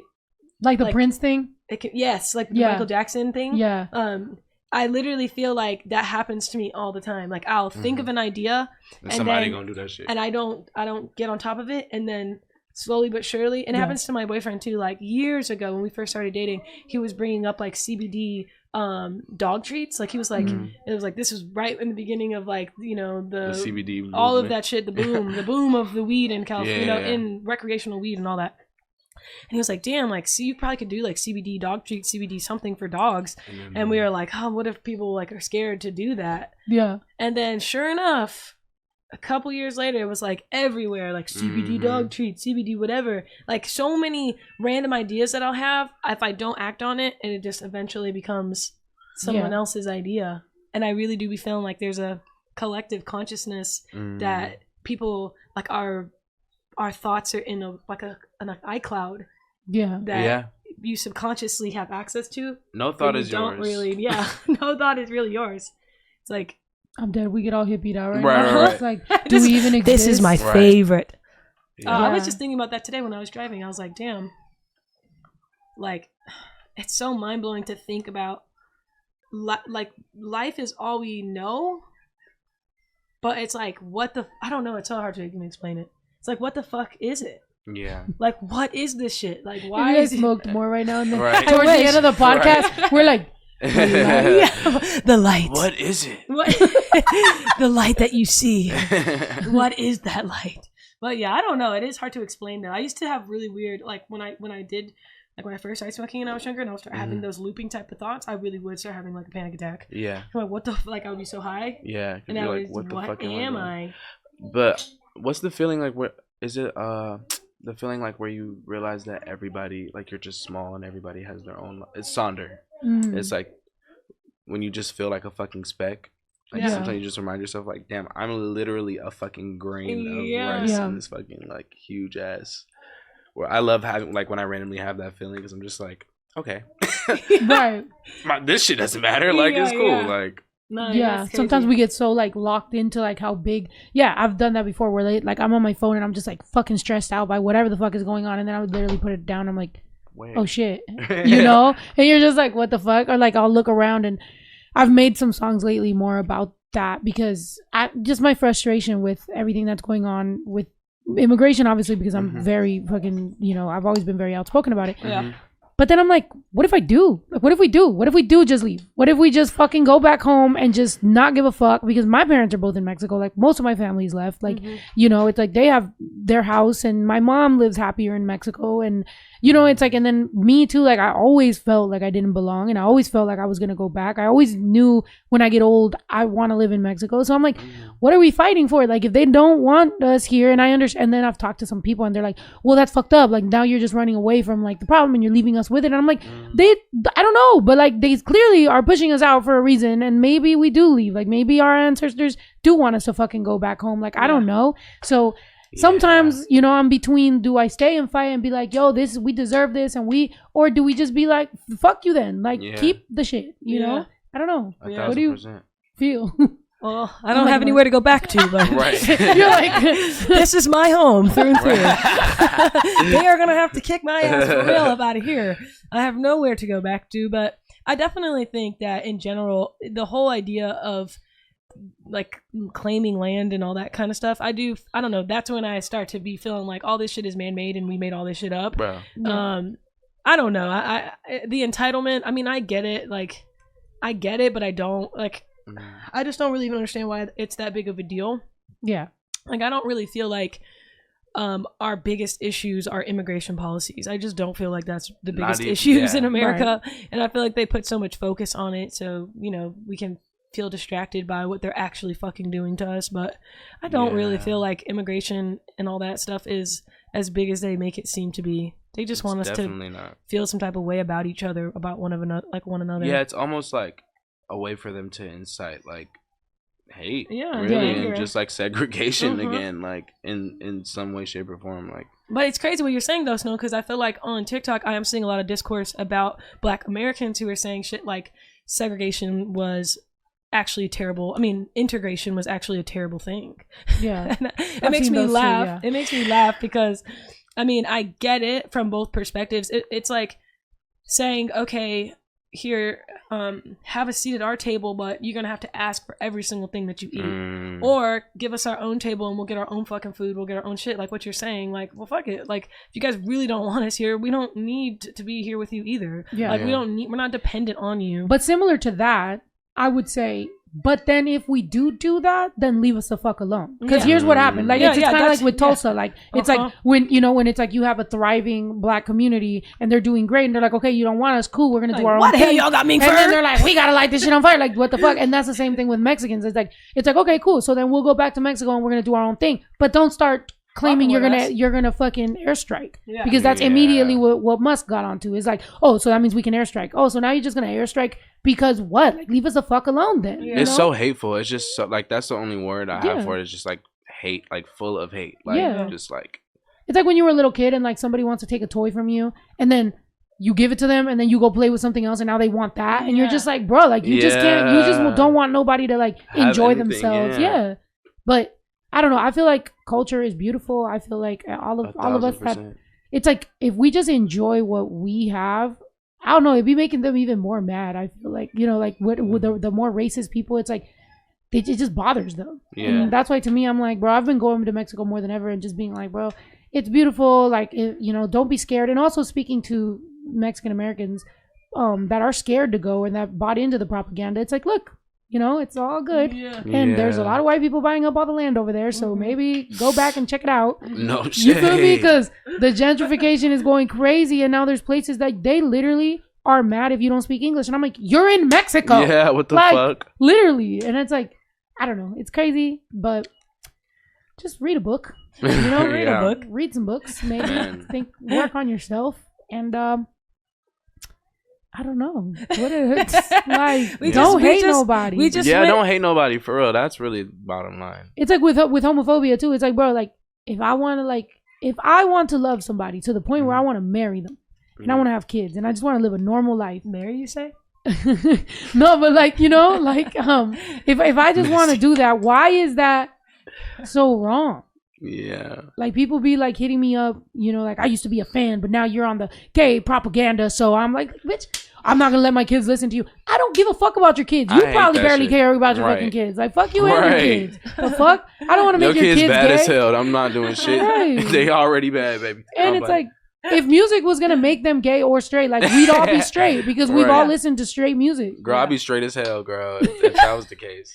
Right. Like we're sitting there listening to I be listening to 90s music by women about men, and I'm like, yeah, girl. And then I'm like, go right back to bitches. Like, my favorite thing is when they be like, bro, like, I know you gay, but like, your music hard. Or like, I'm like, why did you have to prep? Like, just tell me my music is good. Like, are you homophobic? Question mark? I don't, maybe it's a little bit of them feeling, a little bit like they're not allowed to like your music. Bro, I get that shit all the time from straight men. To the point I'd be like, thanks. Yeah. Like, your music hard, bro. I know you gay, bro, but your music cool. I know you gay. Like, why is that? I know they gotta let you know. They're like, just so you know, I know that you know. Right. That I know. I'm like, thank you, babe. Thank you so much. I really appreciate it. Thank you, Mookie. Thank you, Mookie. I really appreciate you for real. Stop. That's actually hilarious. Yeah, I know. But yeah, I do think that a lot of people, that type of shit be their own, like they're feeling uncomfortable. Yeah, that they I'm like, you gay a little bit? Yeah. No, I'm playing. I don't like. I don't like. Are you? Are you? No, but sometimes. Sometimes it do be that. Do be. Right. All right, Dustin. So tell us, what do you have working on? Oh, I'm about to put my album out in in 2 weeks. Come on. It's called Love on. Well, when is it coming out? Fuck it. Yeah. It's called Love on Digital. Hey. It's called Love on Digital. I called it Love on Digital because I was really inspired by like the digital era of like R&B, and like when we started like getting like, what's the term for like the DAWs, like the music softwares, and like we like played with like digital sounds. Like I feel like specifically with R&B, it's like it used to be very like instrumental and then there was like a period of time in like the early 2000s where it was like super like digital beep beep beep beep boop boop boop, like and that's the kind of shit I like love and am inspired by. So but then I was just talking about it today. I'm like, it low-key took on another like meaning to me because I was like fake in love with this boy. I'm dead. And he not faking love. Wait, what? It was I was. What's faking love? I might still be, but okay. We'll unpack that later. I'm dead. But he lived far. I'm just gonna say that. I feel like is TT maybe about to give the detail? I'm blowing up the spot if I say it, but he lived very far from me, like very far. And I was like, I went to go see him, and I just realized that I couldn't actually be in a long distance relationship because I have ADHD and I need you to be with me at all times. We have to be like object permanence. Yes, type shit. Like I need you. Like I also am like physical touch is definitely one of my like. Well, you're a Cancer, you said? Yes. Yeah. Okay. Yeah. Yeah, I need to be like sense. All checks out. Cocooned, like, but June 25th, June 24th. 4th, yeah. Right. Yeah. Come on. Yeah, I love us. I need to be. Yeah. Like if I'm not, like it's like then what the fuck is this? Right. Like, I'm confused. Right. Validate my existence. Right. Yeah, you have me out here feeling like this. I'm cold. But yeah. It's called Love on Digital. It's coming out April 25th. Period. Exciting. You guys make sure you get that. You heard it here first. Wait, but it was coming out in 2 weeks, but you haven't said the name? I'm saying it this week. Okay, but yeah, it'll be. I'm saying it on the 9th, but I don't care. Fuck it. I'm like, where's my calendar in my phone? I'm not that mysterious. I'm like, they can't know when it's coming. I can't know. Come on, let's do that. That's British. Know. Come on, Snow. Honestly, Snow, like. Come on, Snow. Like. Oh, I'm so bad at that. No, I'm literally. Honestly, though, like my mom, she like. Before, because my mom's Jamaican. Yeah. Okay. So, yeah. My mom's from Jamaica, yeah. So it's like before she moved from Jamaica to Florida, that was bad. That was pretty good. That was. Yeah. She was thinking about it. She was thinking about moving to London, and like honestly, I feel like I'm from London because she thought about it. And you're like, Mom, are you stupid? Are you stupid, bro? Are you stupid, mate? Like, what are you saying? What you lot saying, bro? Like, what you saying? If I was from London, I would not shut up. Like, I'd just be talking and talking. Talking and talking. Like. No, that was bad. No, it was pretty good. I'm trying my best. I'm trying to find it. Can you do Australian? Well, let me see. How you going? No, whoa. How you going? It's really nasally. And they say like, Toni. I can't do it. Toni. I'm going to Bondi Beach. Wait, I'm trying to think of something to say. No, they say like when they're talking, they say like hey at the end of a lot of stuff. Hey. Like they're like that's nice, hey. Like that's nice, hey. They say hey like to like confirmation, and they say so almost like Canadians. I'm hungry as. Yeah. That's what it gives. Canadian. And they say like I'm hungry as. I'm hungry as? Yeah, it's just like I'm hungry as hell. Oh. Or like, oh, he's funny as. Like they say that. Oh, I like that. Yeah. I'm still in that. Right. I'm hungry as. I'm a hungry ass. I'm a hungry ass, for real. I know, that sounds so funny. Oh yeah, no, I'm bad at the Australian accent. It's hard because it's like it's slightly different from British. From British. No, it's like it's more it's hard. British. Yeah, I can't I don't have that one. If I spent like here, they say like that. Here. Can't sing. People are good at singing are good at British accents, and right? Australian people are good at singing. No shit. British and Australian. We almost had the same. We're almost on the same page. We're like completely different, but British and Australian people are good at singing. It's like the same words, but kind of. No, what were you saying? You were saying that people that can sing are good at accents. And you're like British and Australians are good at singing. People are good at singing. You're like people with accents are good at singing. It's the way you turned around after. You're like they're good at singing. I don't know why I did that. That was weird. Okay. Delete that! No, keep it. But no, they are really good at singing. Yeah, they do. No, my favorite singers are British. Shut up, Snow. You just say it and don't move now. Right. No, they are good at singing. They are. They really are. It's so crazy. I don't know any. When British, what? Yes, you do. You don't know that. You know. You do. You know. You do them. now. You know them very well. Like you? Me. You know them. If you just have to think about it. Adele. Sam Smith, hello. I'm dead. Adele, bro? What are you saying? Like Adele? What are you saying? Like Adele? Literally. You know. I don't know them. Come on. Personally. Try. I'm so bad at accents. Try. Like I'm terrible. Like I know that I'm terrible at it. I was gonna get a cartoon role as a Mexican person and I didn't get it because my Mexican accent was terrible. Like and I'm What? yeah. You can't do like a really good chola? Is that mean to say? Can I say chola? Can you say chola? Can I say chola? Yeah, I don't think that's like is it a slur? I guess it's not a slur. I mean like a chola. I'm dead. Now you just start pushing it. Right. Now when You guys are both. Now you draw your eyebrows and do lip line up. Like, all right, now you right, you dragging it, bitch. Okay. No, but elbows up. I used to love that. Come on, that was so fucking good. I'm screaming. Mean like a cholo? That was a a banger. What was That was a banger. That was Do a your banger. chola. Do your chola accent. You do this. Do like No, don't do the Mexican chola. do a London chola, huh? not a London chola. Not a London chola. No, you gotta be like, you're right, babes. My name's Snow. That's good. I cannot do that. So you're right. I'm so bad. I'm so bad at that. You're right, babes. You're right.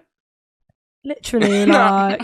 I'm so bad. Here comes my Lily. Right. What exactly? Hi, Lily. Hello, Lily. Can she do an accent? Lily. She already has a little. They say hi. Hello. Hey. Hi, everyone. Hello, everyone. Oh, she's podcasting. Hey. What's your name? Lily. Lily what? Hey. Lily Snow. Oh, Say. she's related to me. Stolen. Stolen. Careful, Lily. I forgot what I said to her earlier, and she was like, I don't know what that means.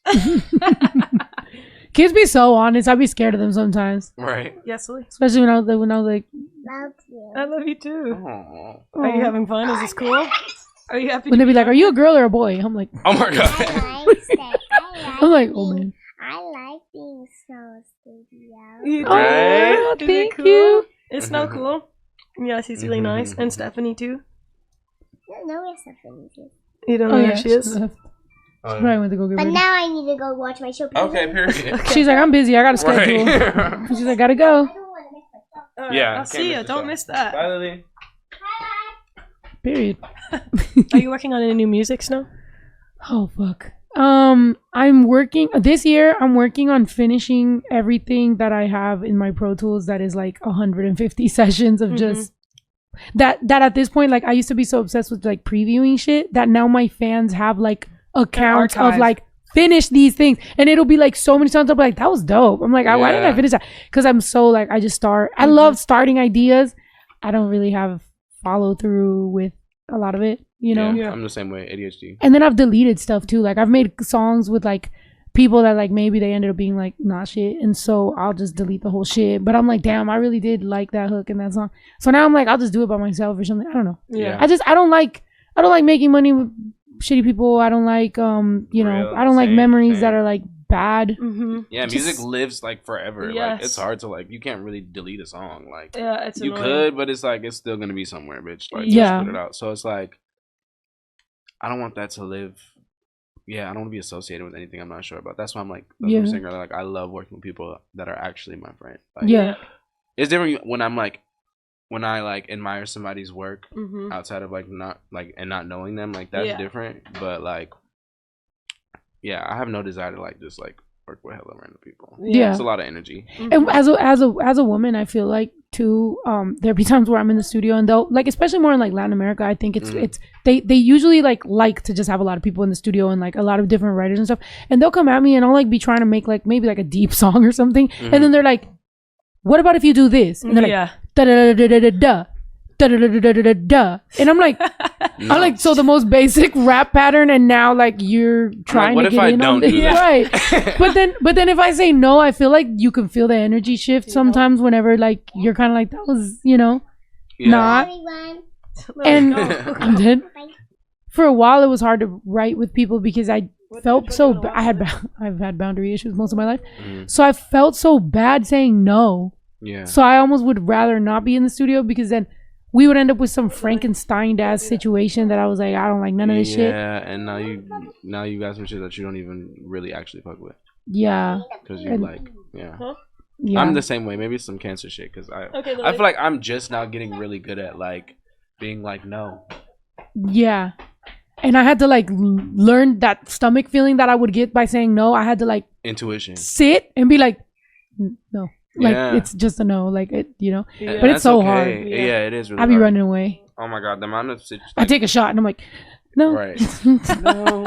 It's funny because like I'm the type of person where I don't really have an issue people pleasing when it comes to like people I don't really know.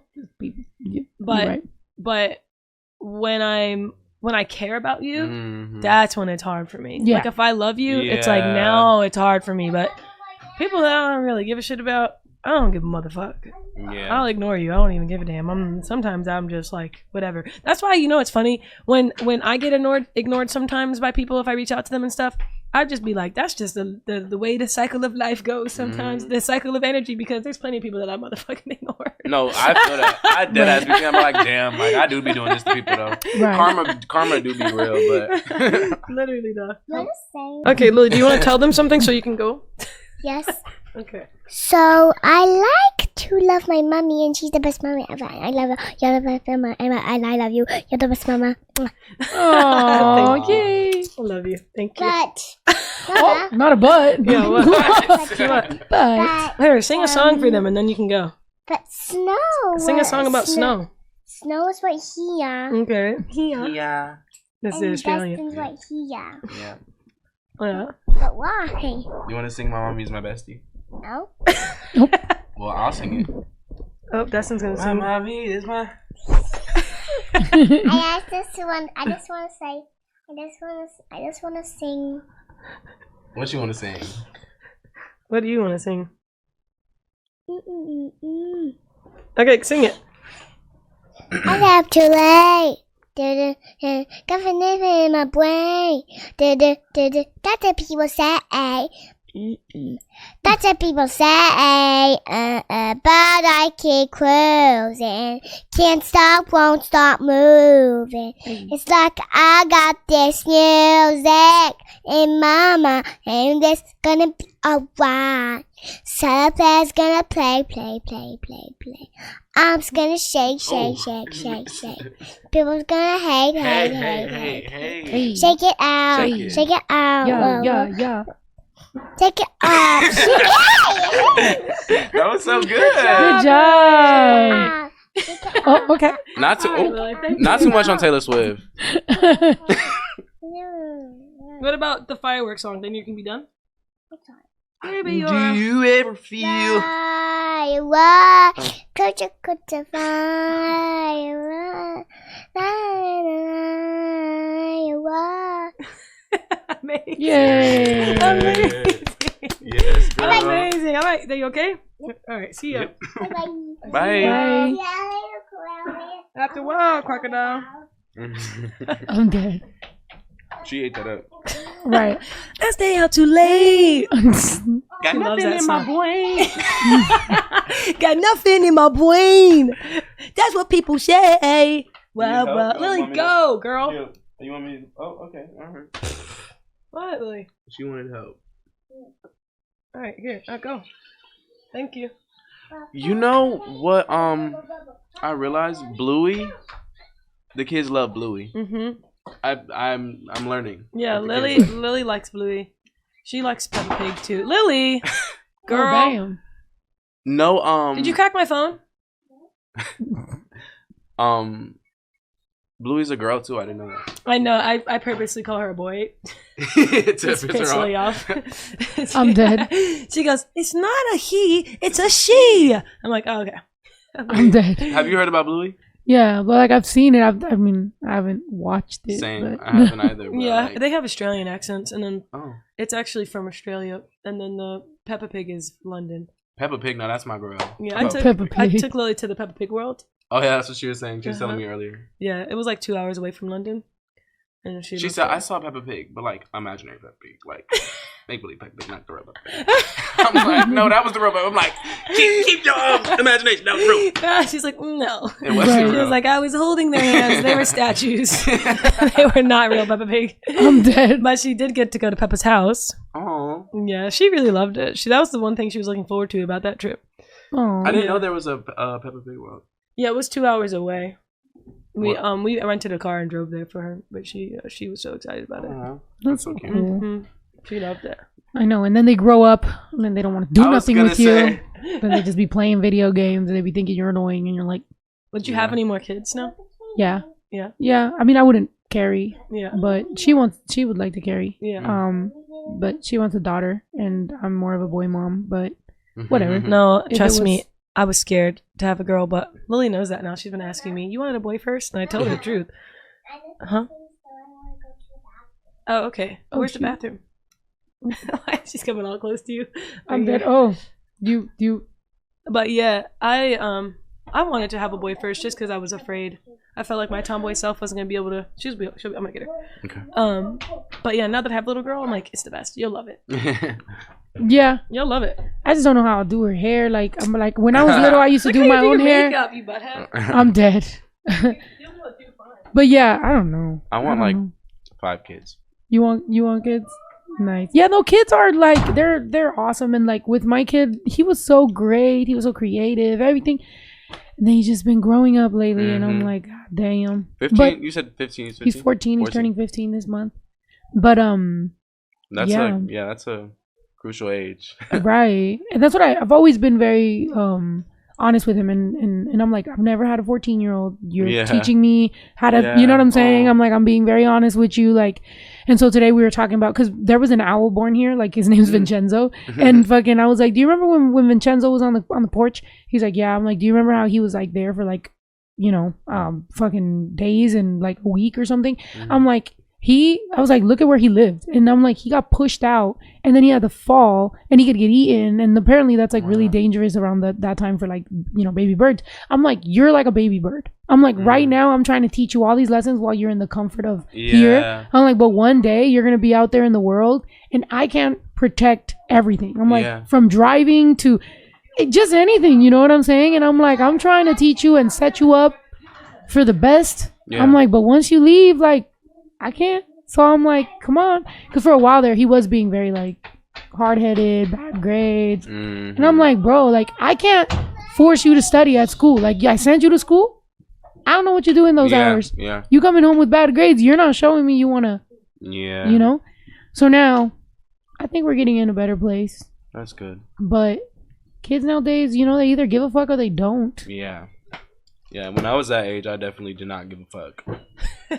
What made you just... I think I just, like, I don't know. Like, I just thought I was, like, that bitch. Like, because I was on the internet, and I don't know. Granted, I'm glad it worked out, but, like, it could have went left. Yeah. Like, but, like, I just was, like, hard-headed and, like, making very stupid decisions. And, like, looking back, I'm like, damn. But, I mean, it taught me a lot, I had to, like, hit my head a couple times and be like...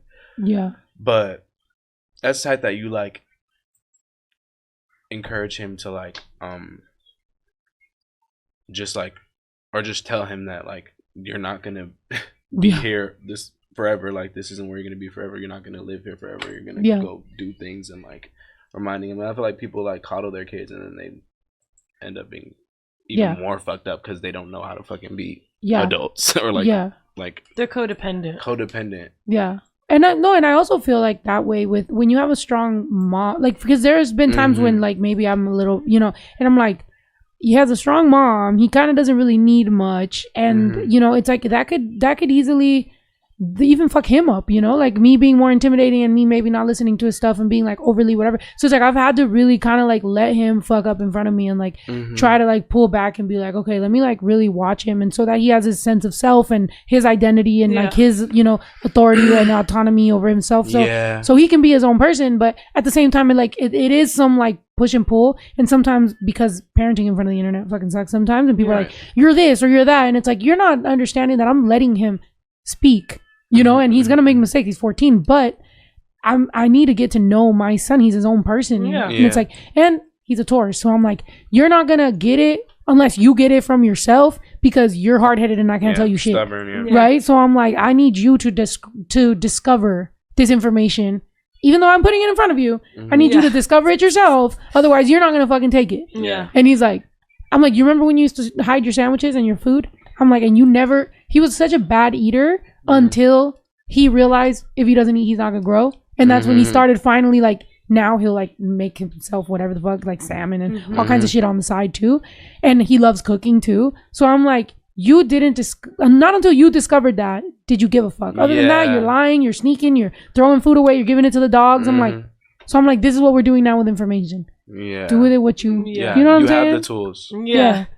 But other than that, man, he was on the phone talking with his friends like, I can't wait to go to school. All I want to do is just flex my fits and I just want to sell some stuff. And I just, like, that's all he gave a fuck about. Like, he's like, we just going to do this. We're going to hang out. We're going to go.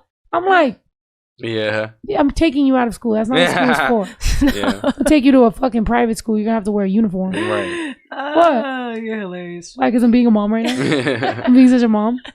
No, I just feel like if he watches it, he's going to be like, fuck you, why are you telling me? I'm talking about him and his friends were talking like that. They were just like, that. Basically, you know how it is when we were little. We just give a fuck about what we're wearing, what we're doing, whose party we're going to. And I'm like, even though that's what we did, I'm like, I need you to be better than me. Like, 1,000%. No, I was just saying to Jacob when I there was one time I don't know what I did. I talked back, was saying something crazy to my sister, and she took my phone away for the weekend. Oh my gosh, I had withdrawals. The bitch was crying, banging on the walls. I was literally like, I had the worst FOMO. Yeah. Like oh my God. I was like, it's the weekend. Like all these parties are going on. Like I was waiting for someone, like a friend that I had from a different high school, to hit me. Oh my God. So that they could scoop me and we could go. And I need my phone. Oh, I was going through it. I was going through it the whole weekend. I just realized I'm over here like I'm dead. And in the long run, was it that significant? Like, could you survive the weekend? Of course, it just pissed me off. Yeah, but you're so reliant on that shit. Yeah, I was still annoyed though, because I had such bad FOMO. Like, my sister Tina, like she's a little bit older than me. She's a grade older than me, and if there was something going on the weekend, I would purposely not go home right after school, so that my sister would be forced to watch my nephew. I'm dead. You were terrible, Tim. I know. I'm like, all the stories. I was like, you're the youngest. Yeah, I'm the baby. Yeah, I was like, no, I'm trying to go to so-and-so. But one thing I will say, though, is I did appreciate how lenient my sister was with me. And even now that I'm older, she still brings up, like, jokingly that she still finds out things that I was doing in high school that she had no idea about. Yeah. Because, like, I was, like, I was drinking and doing whatever, but I was still pretty responsible with it. And I only ever got in trouble one time, and it wasn't even my fucking fault. It was the people that I was with fault.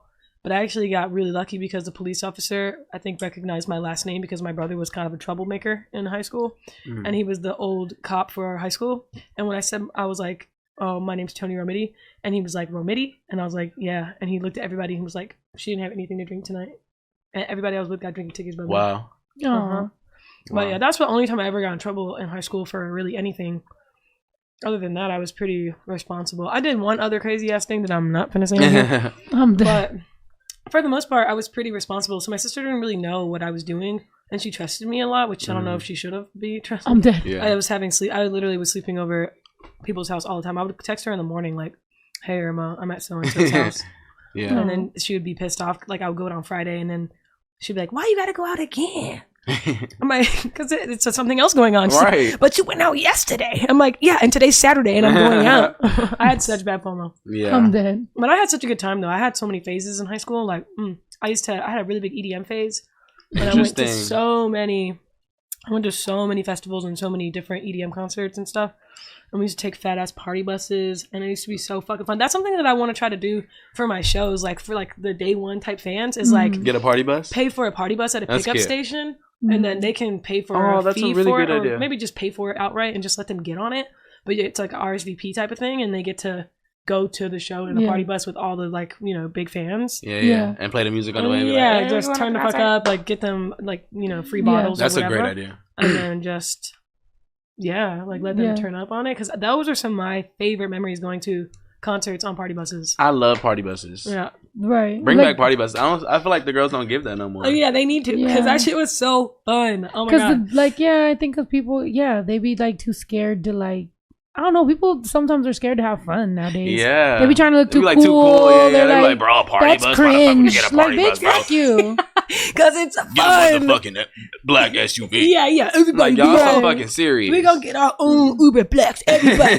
No, that's right. You roll up in 10 fucking Suburbans. Your brother should look like a funeral. I want to be on a party bus. Get a fucking finding my balance, bitch. I want to be on a party bus holding on to the pole. Right. Y'all in SUV. I'm on the pole. I want to do all the shit they do in movies. Right. No, I'm telling you, it was so much fun. I really did. I had a really good high school experience. No, I don't know. My son's gonna hear this and be like, "Put me back in regular school." Right. I don't know why. I just my brain is so funny, but I just thought about like, remember that like era where like girls was wearing like tutus, like normally like tutus and like them Converse, like, went all the way up here. Yes. I don't know. Do you remember? That gives me party bus, like that era. Well, there was definitely when I would go to like super EDM type shit. It was definitely like a lot of that type of raving looking girls wearing stuff like that. Which reminds me, I'm supposed to go to a Y2K party and I don't even know what the fuck I'm supposed to wear right now. Sorry. Are you gonna go tonight? Yeah, like late, like I'm not sure. Okay, let's think about it. You're like bring out your closet, right? Yeah. Let's go here. Let's go check this out. Like jersey, like you can wear a jersey. Yeah, jersey. Jersey. That's like Y2K. Okay. All right. Well, that's easy. Yeah. That's cake. Yeah. You can wear a jersey. This hat. Yeah, because I want to be Y2K. comfy. Yeah, low key. I'm gonna keep the hat on. Mm-hmm. Right. Mm-hmm. It's shades. Right.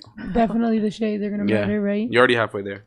Period. All right. Shit. Yeah, definitely a jersey, or like I feel like you have a lot of clothes that will fit the vibe, but definitely if you have a jersey, that's easy. My girl's the one that's like mad hype. She loves her theme party thing, yeah. Which I do think. I mean, like when you're like more in a relationship, because you know, you met me in my only fucking single era, and and now like I love me a relationship. Like I like being in a relationship. I feel cozy in it, like comfortable. That's what I do. But then it's like it does give you more time and room for like activities. You know, it's like, let's go to a theme party. Let's go to a fucking, you know, on a vacation. Let's go to fucking weird shit. It makes you do shit that you probably wouldn't do by yourself. Yeah, we've ended up in some awkward ass situations because she's my comfort. We go to things that I wouldn't, and then I'm just there, and I'm like, is this Tony Montana? Like, what is going on? We're at some like rented out, super private, weird thing with like all these weird people, and I'm like, what are we doing here? We just went for the dinner. Destin's on a binger right now. Destin hasn't slept. Really? Telling my business. Damn. Yeah, no, I haven't that's not telling your business. Why? I haven't slept. I don't know. Cut that out, Evo. It's because I went out and then like. That's not telling your business. Right. I went out and then like I'm just crazy a little bit. That's really what I'm dead. I went out and then I like had a Zoom call this morning that I had to get on, and then I'm staying at like a recording house, so then I just started working, and I was like, okay, I probably should take a nap. I'm probably gonna go home and knock for like a good, but I feel surprised. I drank a Celsius. I'm like, okay, period. I had that little White Claw. I'm like, okay. I don't feel crazy, surprisingly, but yeah, I haven't slept. Nice. I'm dead. You're like, yep. First time on a podcast. First time on a podcast. Haven't slept. No sleep. What is it? Oh, every night. Every day. Wait, what? Every night. Every night? Everydaydays is a channel. Oh. Every night. And Every night is a podcast. Wow. Oh, cute. On the channel. I didn't even realize that. Because it started out as a vlog channel. It was my everyday. Okay. It was my everyday days. You know, as opposed to being a rapper, it was where I was like freedom to look like shit every day. Yeah. But then in COVID, I started a podcast because I wasn't doing shows. I was just at home. Yeah. Mm-hmm. So. That's what this was. I love this. And then it eventually became like inviting people. But for a while, it was just literally, I would just have a drink. You know, COVID, everybody was drinking and shit. So it was literally just every Tuesday and Thursday, just start having a drink and talking to fans. And it was comfy. And we already had all this shit because we've always done our own. Yeah. You know? We used to with like the 24-hour challenge stuff. Yeah. I want to make that more consistent too. Yeah. I think it was fun, right? I think that I was saying to Destin when we did it, like, I think that concept is such a genius thing to keep doing because, yeah, it's just, I think it's so satisfying the way that you do it for your fans to see you make it in real time and then like be able to watch the process and then be able to watch it. Like, I feel like it's such a good way to incorporate the people that really do give a fuck and want to watch it to be able to see that kind of stuff and almost feel like they had a hand in it. And it feels fun for me. Like it brings it back to being fun because there's definitely been times in this industry that I've been ready to quit. But when I do that and when I do this, I've been basically focusing on the things that feel good. It was fun. I enjoyed it. So let's do more. I loved it. Yeah, that was really and you're fun. invited and you're invited and let's do a bunch. I feel like, and just get more and more creative with them. Like, you know, I mean, that was like, we did pretty much one shots, so they were pretty good. But like, let's just get crazier and crazier. Becomes a story. You know what? We have a Queen of the South role on it. We're like narcos and shit. I gotta go watch it again. And I was a little chunkier. I was the chola. Not a gun. Okay, come on, give us your best chola accent. even there, I was just very regular. Like, cause I was like, I don't want to be a tough chola. I want to be kind of like the runt of the cholas. That's kind of embarrassing. The runt that's of the cholas is sending me. If I was gonna be typecast, I'm more like the chola that kind of fucks up all the time. Yeah. The clumsy chola. Yeah. Like I just got into this life, but I don't really know. Like my uncle kind of put me on, but I don't know what I'm doing. Right. You're just in for a good time. But and then she sent me off to college. Oh wow. Like she gave me a bag of money. I was like, get out of this, because they stabbed me or like they cut my back. They stabbed me. Yeah, like they had to put all this makeup and prosthetics on my back. They had written with a knife on my back or something. It was crazy. Wow. And then she was worried for me, so she sent me off with a bag of money. I'm like, I should have got a spinoff, to be honest. It's like what I went to go do. I come back and I'm the Queen of the South now. Pretty cool. But we should come up with our own short thing. Let's do it. That'll be fun. I'm down. I love playing. It's like playing dress up and playing, like just we have. I really want to get into acting. Lily Jean, please. Yeah. You're very high now. I really want to get into I want to take a couple classes and just see. You'll be good, Destin.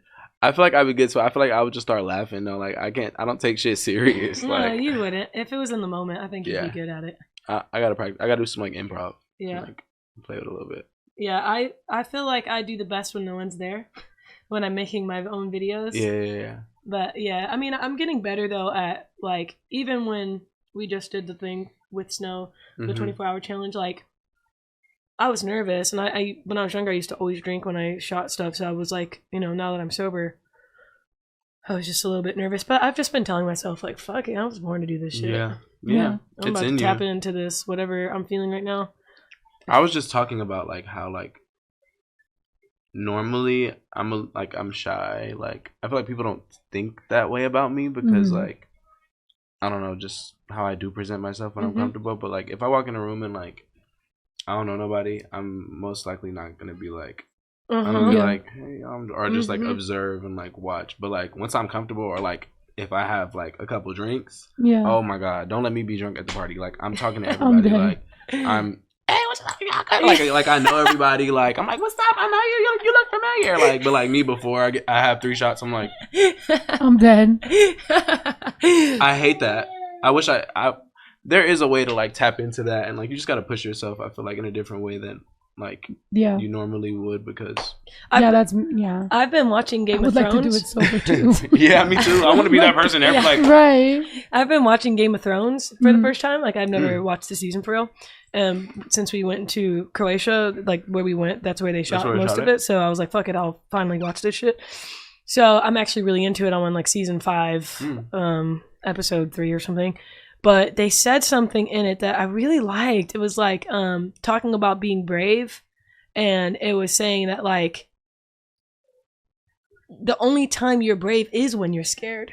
Because they were basically asking like, how can you be brave when you're scared? And the only time you are brave is when you're scared. Because if you're not scared, then there's no reason to be brave. Yeah. Right. And I was just like, damn, like it just resonated with me. I'm like, come on, movie, you really hitting my little, like I'm liking this movie. Yeah. But it really did make me think about that. Like that is so true. Like you're not brave unless you are scared. If you're not feeling like any anxiety or feeling like that is the moment that you have to push yourself past that point. That is that's crazy. Yeah. That's real. Dang. It's like, put this down. Right. I'm done with this. I have all the power. From now on, to the only time I'm brave is when I'm scared. Yeah, come on. Exactly, though. But it really did make me think about that because I'm like, I'm similar in that way where I feel like a lot of people, they'll probably think that I talk a lot or I'm, very outgoing, but I'm really overcompensating because I'm nervous. Like I'm filling the void with my voice because I don't really want it to be an awkward silence. Yeah. And as I've gotten older, I've been more comfortable with being quiet. But when I was younger, it was like so many thoughts in my mind. I'm like, okay, like I feel like I need to entertain these people right now for the room to not be awkward. And it would just make me feel like now even too, like, when I was younger, I used to feel like, oh, did I say too much? Like, I don't even, like, now I feel like whatever I felt comfortable telling, I said it. I don't give a damn. That's what it is. I don't give a shit. I didn't overshare nothing. I shared exactly what I was supposed to. I love that about you. I love that. I don't give a damn now. You are so, like, you can be a little, I can see, like, how you would be, like, nervous, but, like, I love how you show up in, like, rooms and, like, talk to people and, like you can talk to anybody. Yeah. I try to. Yeah, it's definitely admirable because you're so open, and then you are the type to just be like, oh well, like I did say that, like yeah. Whereas exactly. like I feel you because I sometimes will wake up and like, especially having a podcast where like I drink, I'm like, damn, I'm like, did I say that? Or like I'll be like, yeah, like I'll be like, or then I'll like somebody will clip me and put it on TikTok. I'll be like, fuck, like I'm like, please, like no, I'm like you with the tampon, please, please, everybody, don't clip me, delete that, delete all of the shit. They're like, you said it. I'm like, fuck. Yeah. But I mean, sometimes you do have to tell yourself like, hey, Bro, the amount of shit I've done and I think about, I'm like, oh, why the fuck? Have you ever just think about like some shit you did? You're like, like, I'm irritated. Why the fuck did I do that? You just start creating second embarrassment. Who the fuck was that? Yeah. I don't know who the fuck that. I mean, that's literally how I feel about the damn Denver show that I did when I blacked out. Like, you were telling me about that. Yeah, that's like my big, like one of the main reasons why I don't want to drink anymore. But man, it was like I had never experienced that before, like blacking out on stage. Like I don't remember half my set, and then I had to do the meet and greet afterwards, and I don't remember meeting anyone. I literally remember doing like time to leave, and then telling somebody like shake them big ass titties, bitch, like something crazy like that, and then my God. and then literally waking up the next day. Yeah, and Jacob was just like, do you know what you were giving? Like he was just like, you were just kissing everybody on the cheek. Oh my God! Telling them how much you love them, and I was like, yeah. Oh my God! Bro, that feeling, like it's just like, like get off me! Like why did I do that? Who was that? You fucking weird ass bitch. No, straight up. Oh yeah, I was just it made me cringe so bad. And then like now that I'm about to go back on the road again, people are like, come back to Denver. You didn't like Denver. I'm like, I didn't like myself in Denver. God damn it. Right. I don't like who I was in Denver. I didn't like who I was in Denver. I got PTSD. I need to recoup before I fucking go back. I just, like even some of the photos that I see of myself, like smiling at people in the meet. Like, oh yeah. And you know when you're drunk too. Like, oh yeah, I was drunk. That's a drunk smile. The way the eyes sit in your face. Yeah, I don't, yeah. And also, too, the next day waking up after drinking, it's just... I'm like me sitting here with a hangover. I'm like... it's just yeah. I know, but then it'd be fun sometimes. I'm like, it'd be fun sometimes. I miss. Right, that's the problem. What I miss the most is the build-up. Like, I don't really care about being drunk. I miss that, like... that the build up of like going out and like pre-gaming and like having a drink in the shower. like having a beer in the shower. What? No? Okay. Having a beer in the shower? Wait, sorry. I just this is why I stopped. No, I knew one girl that said the same thing, and I literally was like, and no, she did have a problem. She was laugh at her having a problem, just the fact that maybe I did have a problem. She ended up being a very, very big problem. Yeah. But it was to the point where like I had to give an ultimatum and be like, I cannot be friends with you like unless you're sober, because I was like, I just can't, like this is crazy. Yeah. And and she also said the drinking in the shower, and I was like, you was drinking in the shower, bitch? Drank in the shower. Really? Kind of cunt. Yeah, like wine in the bathtub. Okay. No, I never had that. I think I've done that. You're like 40 in the shower? No, beer in the shower. One in the bathtub. Fuck no. Beer in the shower. Yeah. You're like. You're in there performing, right, and drinking. That's I'm good. dead. Okay. No, I'm serious. I missed that, the build up of it. But I don't really care for. What did it build up to? If you start in the shower with the beer, that's what I'm saying. You're like tequila on the toilet. Yeah, right. Like, tequila on the toilet. Tequila on the toilet is funny. That'd be a funny dang, that could be funny. Tequila on the toilet. Yeah, tequila on the toilet. But yeah, I don't toilet know. is where I argue with trolls. When you're that's my sitting there and you're going. Yeah, down. I do gotta say that's my most regrettable. I can't post on the toilet like, because my regret post, like when I've deleted, is usually something I posted on the toilet. I don't know what it is with the freedom there that I end up getting up and be like, you know what, I'm gonna delete that. That's that was like crazy. The same science behind like when you think about like arguments in the shower. Yeah. Like, ooh, bitch, I should have said that to them. I'd be like in the shower, like, damn, like, I should have said that. Yeah, because you have all that freedom. What is that sign? Yeah, you have all that time. You just evaluating life. That's your time to just like. Or when you're drunk and you walk in the bathroom and you look at yourself for that little second and you're like, fuck. Oh my god. You'd be like, what the fuck are we right now? Have you ever put like dip in your lip? No. Never? What the fuck is that? Bitch, are you a baseball player? Oh, like the tobacco? Yeah. No, but I used to. Wait, is that the same as like the little? I think Snuff? that's snus. Is it snus? I thought it was called I snuff. used to talk to this boy. And it goes like that, and you breathe it in. No, you like put it in your gum. Oh, maybe You're talking about poppers, bitch. Right. No, there's a tobacco product that you can breathe like that. Oh hell no. Yeah. No, I used to talk to this guy though, and he would like put it in, and like he would kiss me, and I would be like, tastes like watermelon mint. Hookah? Like yeah, it's giving. It's giving like Dominican. Right. It was giving like I didn't like it. I used to be like, oh, you gonna get? I'm like, going again? I'm like, I hate that. I have so one time I want to say I drank a Four Loko. I want to say it was a Four Loko or a Blast, one of those. Remember Snoop Dogg made like a malt liquor after Four Loko got really popular? He had a big can like that. So it was either one of those. And then I tried dip for the first time. The room was spinning like a gravitron, bitch. I was like, I'm dead. You're like, I literally threw up so hard, unreal. The first time that I ever blacked out, I drank Hypnotic. You ever had Hypnotic? Oh my god, bitch! Yeah, can you pass me a beer? I'm like, actually, you know what I'm missing? Wait, low-key, can I have one? Right. I'm like, we talking all this fun shit? Yeah, no, that was the first time that I ever. If you're gonna keep on going on your party thing, you're invited to the Y2K thing. I'm screaming.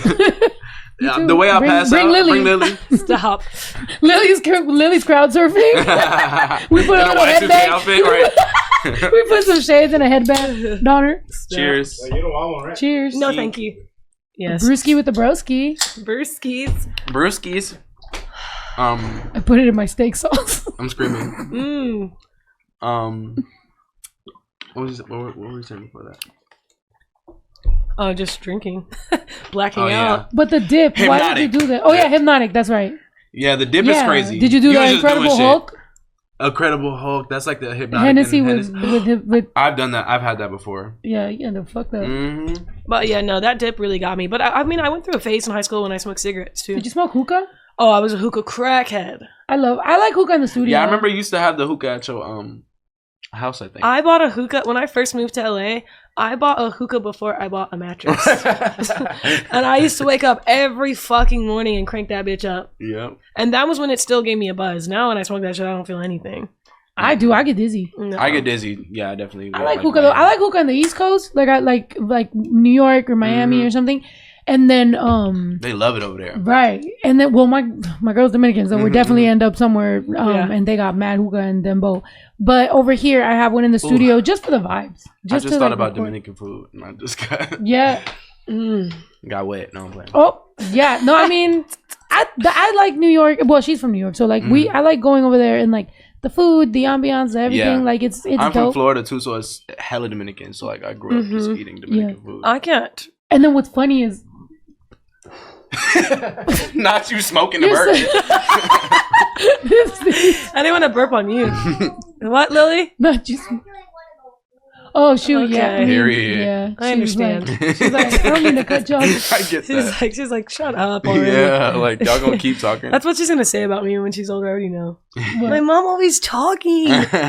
I'm dead. I used to hate that shit when we about to leave. My mom just started talking to somebody else. She'd be like, "Yeah," so, and I'm like, "Oh." We were just about to leave. I'm like, "Why y'all had to stop her?" Imagine our parents had podcasts. Oh my god, my mom would be hilarious. Her Jamaican ass. Like, yeah, because me just feel like I'm dead. Let's bring moms to a podcast and just put, like fucking my mom. Oh my god. Well, I don't know where the hell she's at right now. But yeah. Mom podcast. Don't ask me about mine. We have a lot. Right? We're having, I'm gonna drink. Toni. I was about to say my mom gonna be talking about Shut up. all type of shit. We don't even know. We can't have a dad one either, bitch, because I don't know him. So Yeah, we can't have a dad one. No, but I hate us. Stop. I know. Bring our parental.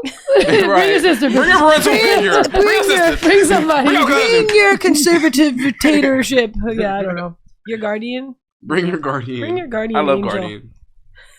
I still call her that, even though she's not really my guardian. That's like me with my brother. I mean, my brother and my cousin, they both lived with me since they was teenagers, and like, it's dope to have that relationship with your family members, even if if our parents aren't necessarily always in the picture or whatever.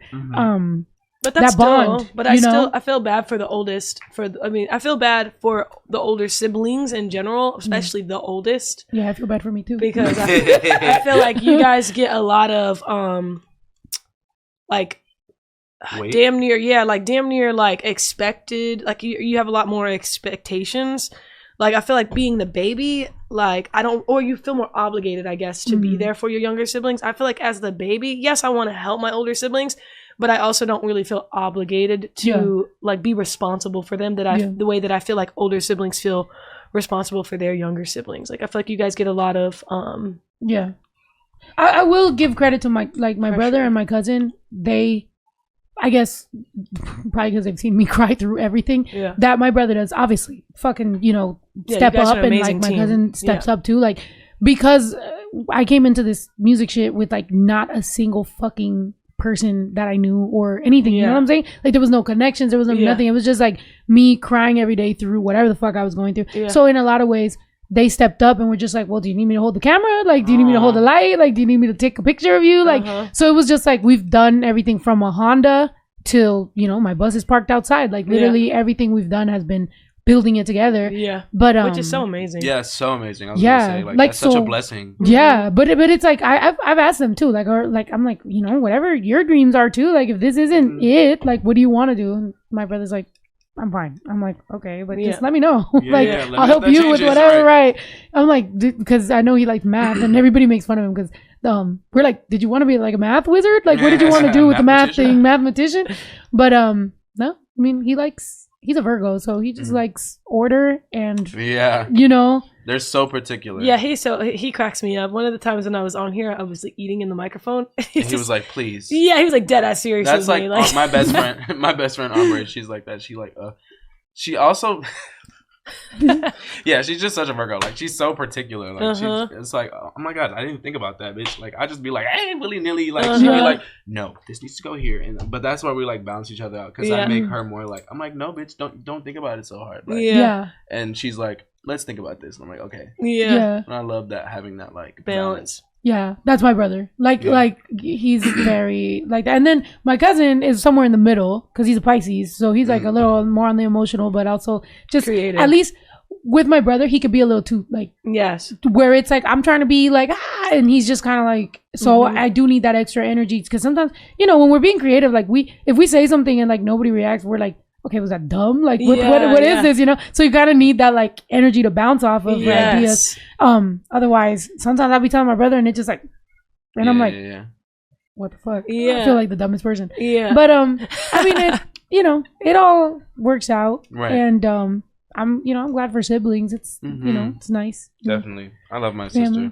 She's great. Oh, yeah. I was just talking about her earlier. I'm like, my sister is so fucking cool. Like, And she put me on to so much shit. Like, she's older. Yeah, she's like 15 years older than me. Like, okay. So she practically like raised me. Like she would be like, she would literally call me her birth control. She was like, I'm not having no kids. Like, this is my birth control. Like, but she ended up having a son, which is funny. But yeah, she just put me on to so much shit, like music that I probably wouldn't have known. Like being so young, like she like put me on to so much shit. It's really tight now. She's like, so she gets so excited, like going to my shows and shit. She's like, I'm just so proud of you. Like, I can't believe you actually make music. Like, 'cause she was just always like putting me on. Like, I would take her CD player and like play Diverly's Keys. Like, fucking, and I'm like 6. Like, I won't tell. Like, literally, like, yeah. Sing with me. Yeah, me 6 years old. I won't tell. And your secret. It just makes me think about the that Vine that was like, I feel like you were singing, or a YouTube video of you when you were younger singing like Alicia Keys or something. Oh my god, yes, I know what you're talking about. Yeah, that's still on there. Is it? And my mom got a fucking camcorder, and she picked me up from school. And she said, "When you get home from school today, we're gonna make a video in the car." I'll show y'all. I'll show you one day. But yeah, it's hella funny. Like, but you sounded so good even at that age. Yeah, I guess it was key. I was like 6, so I'm like, I can't be too embarrassed. I'm like, I was literally a child. But yeah, like my sister always like nurtured that. I'm so glad like I had like a sibling to be like. Yeah, my sister was like that for me too. My oldest sister, she's 15 years older than me. Oh yeah, and yeah, Irma's 15 from you. Mm-hmm. Yeah, and she always like, even too. I think I also appreciated having older parents because my parents had me when they were 39, so. My dad, like, he was born in 1955. So, like, wow. Even through him, I was exposed to a lot of music. My dad loved music. So, like, I listened to so many different types of music. Like, I think being biracial and having my babysitter being this older black woman from Houston, Texas, and, like, living in this big ass apartment complex, but then also having my white dad who liked a lot of different types of music. Like I was just exposed to so much fucking music. Yeah. So much different. The only thing I will say is like I never really got into listening to stuff that wasn't in English. Like not even K-pop or like, you know, there's some people that like listening. Like I don't really like listening to stuff that's not in English. Just because I don't even know what the fuck you're just saying it directly at me. Yeah, no, because I guess I'm saying it because that's crazy. I love listening to shit that's not English. Yeah, I can't, but I think I'm saying it because I think it's awesome that you are bilingual and you can't and you like can do both. Your like your capacity for music is bigger than mine, is what I'm saying. It's like your musical like vocabulary and because you can listen, you can. But I'm saying you can understand more music that like you have a bigger grasp. But it was also confusing because you can listen to more different types of music.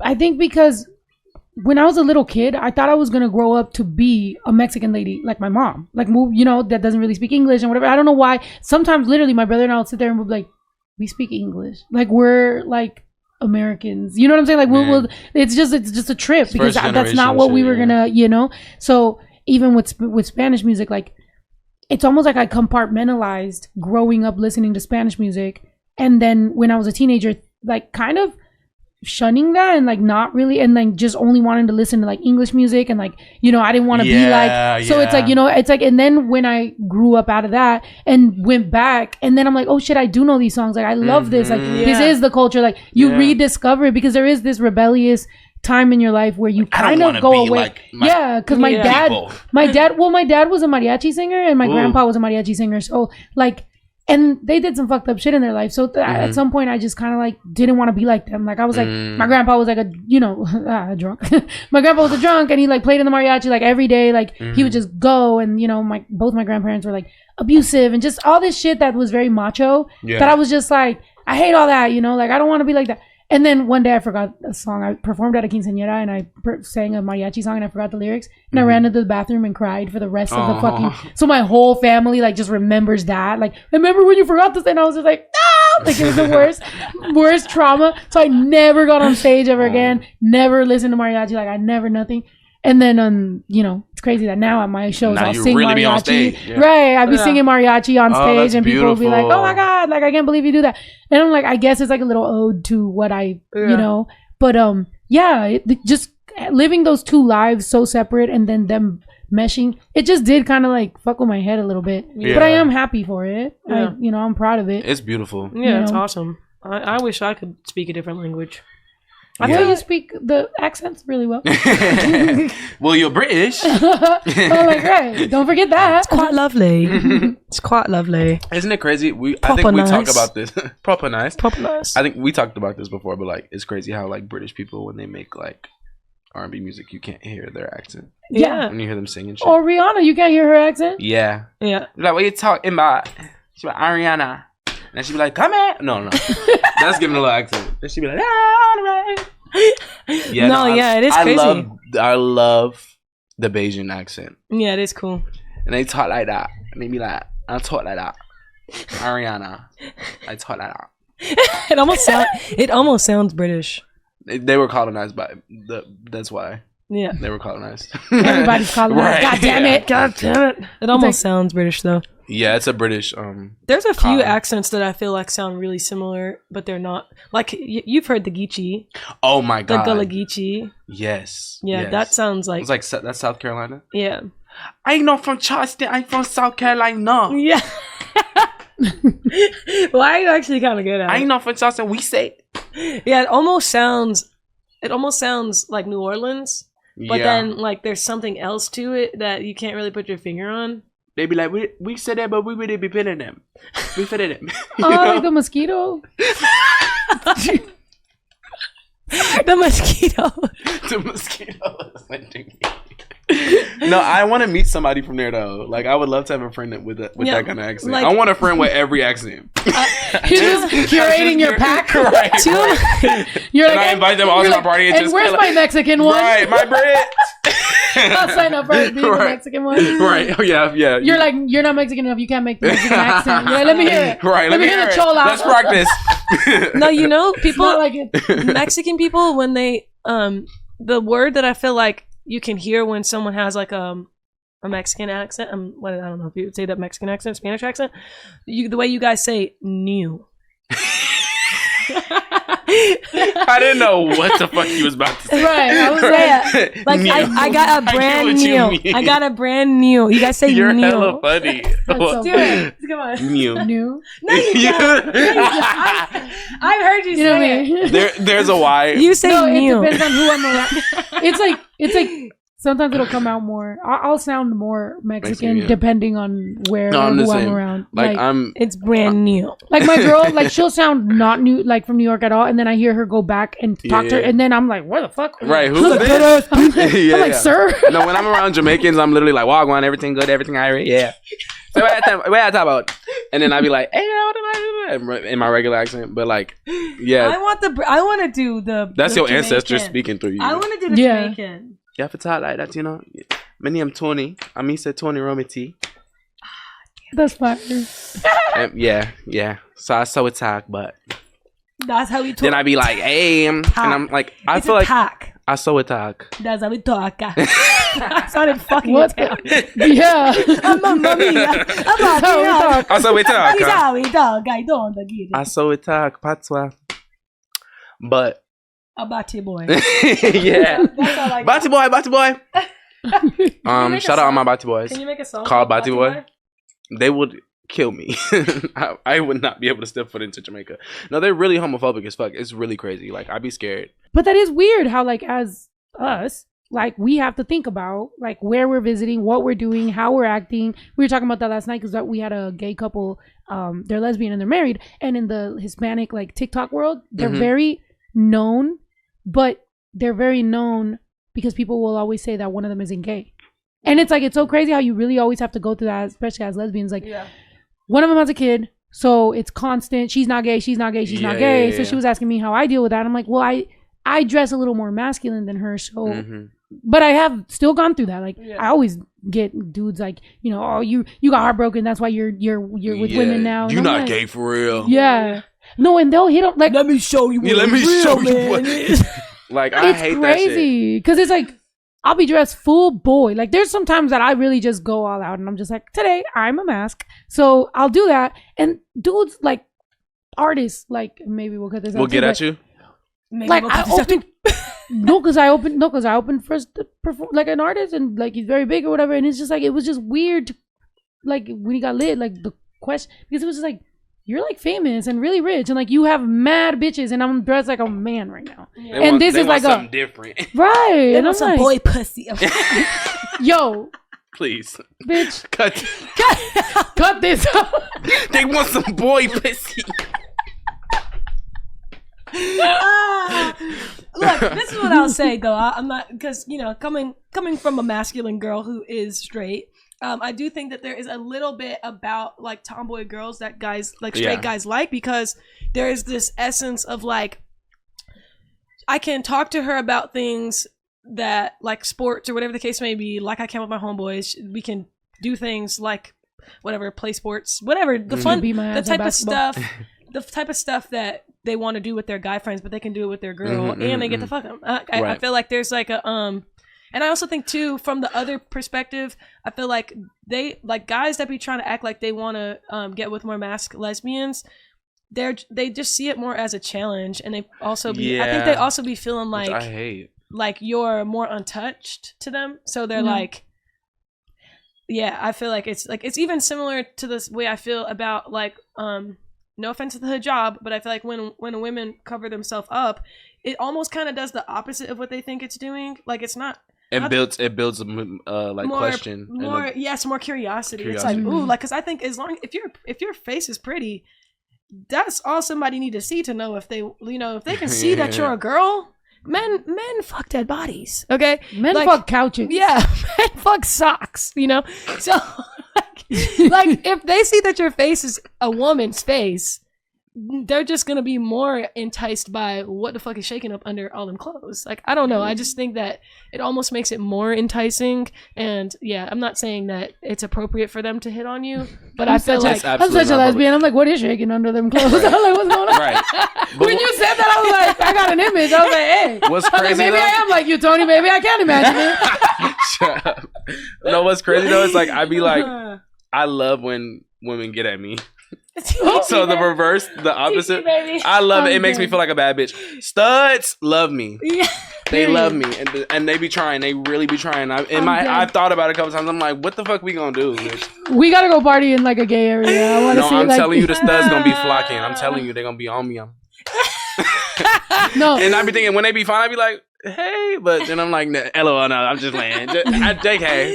I'm dead. No, yeah, that's funny. But because so I now am more like and happy also with... sorry, no offense, no, like you're gorgeous. So I mean, thank you. I think you don't give yourself enough credit. Thank you. So you gotta university. No, they all want a piece.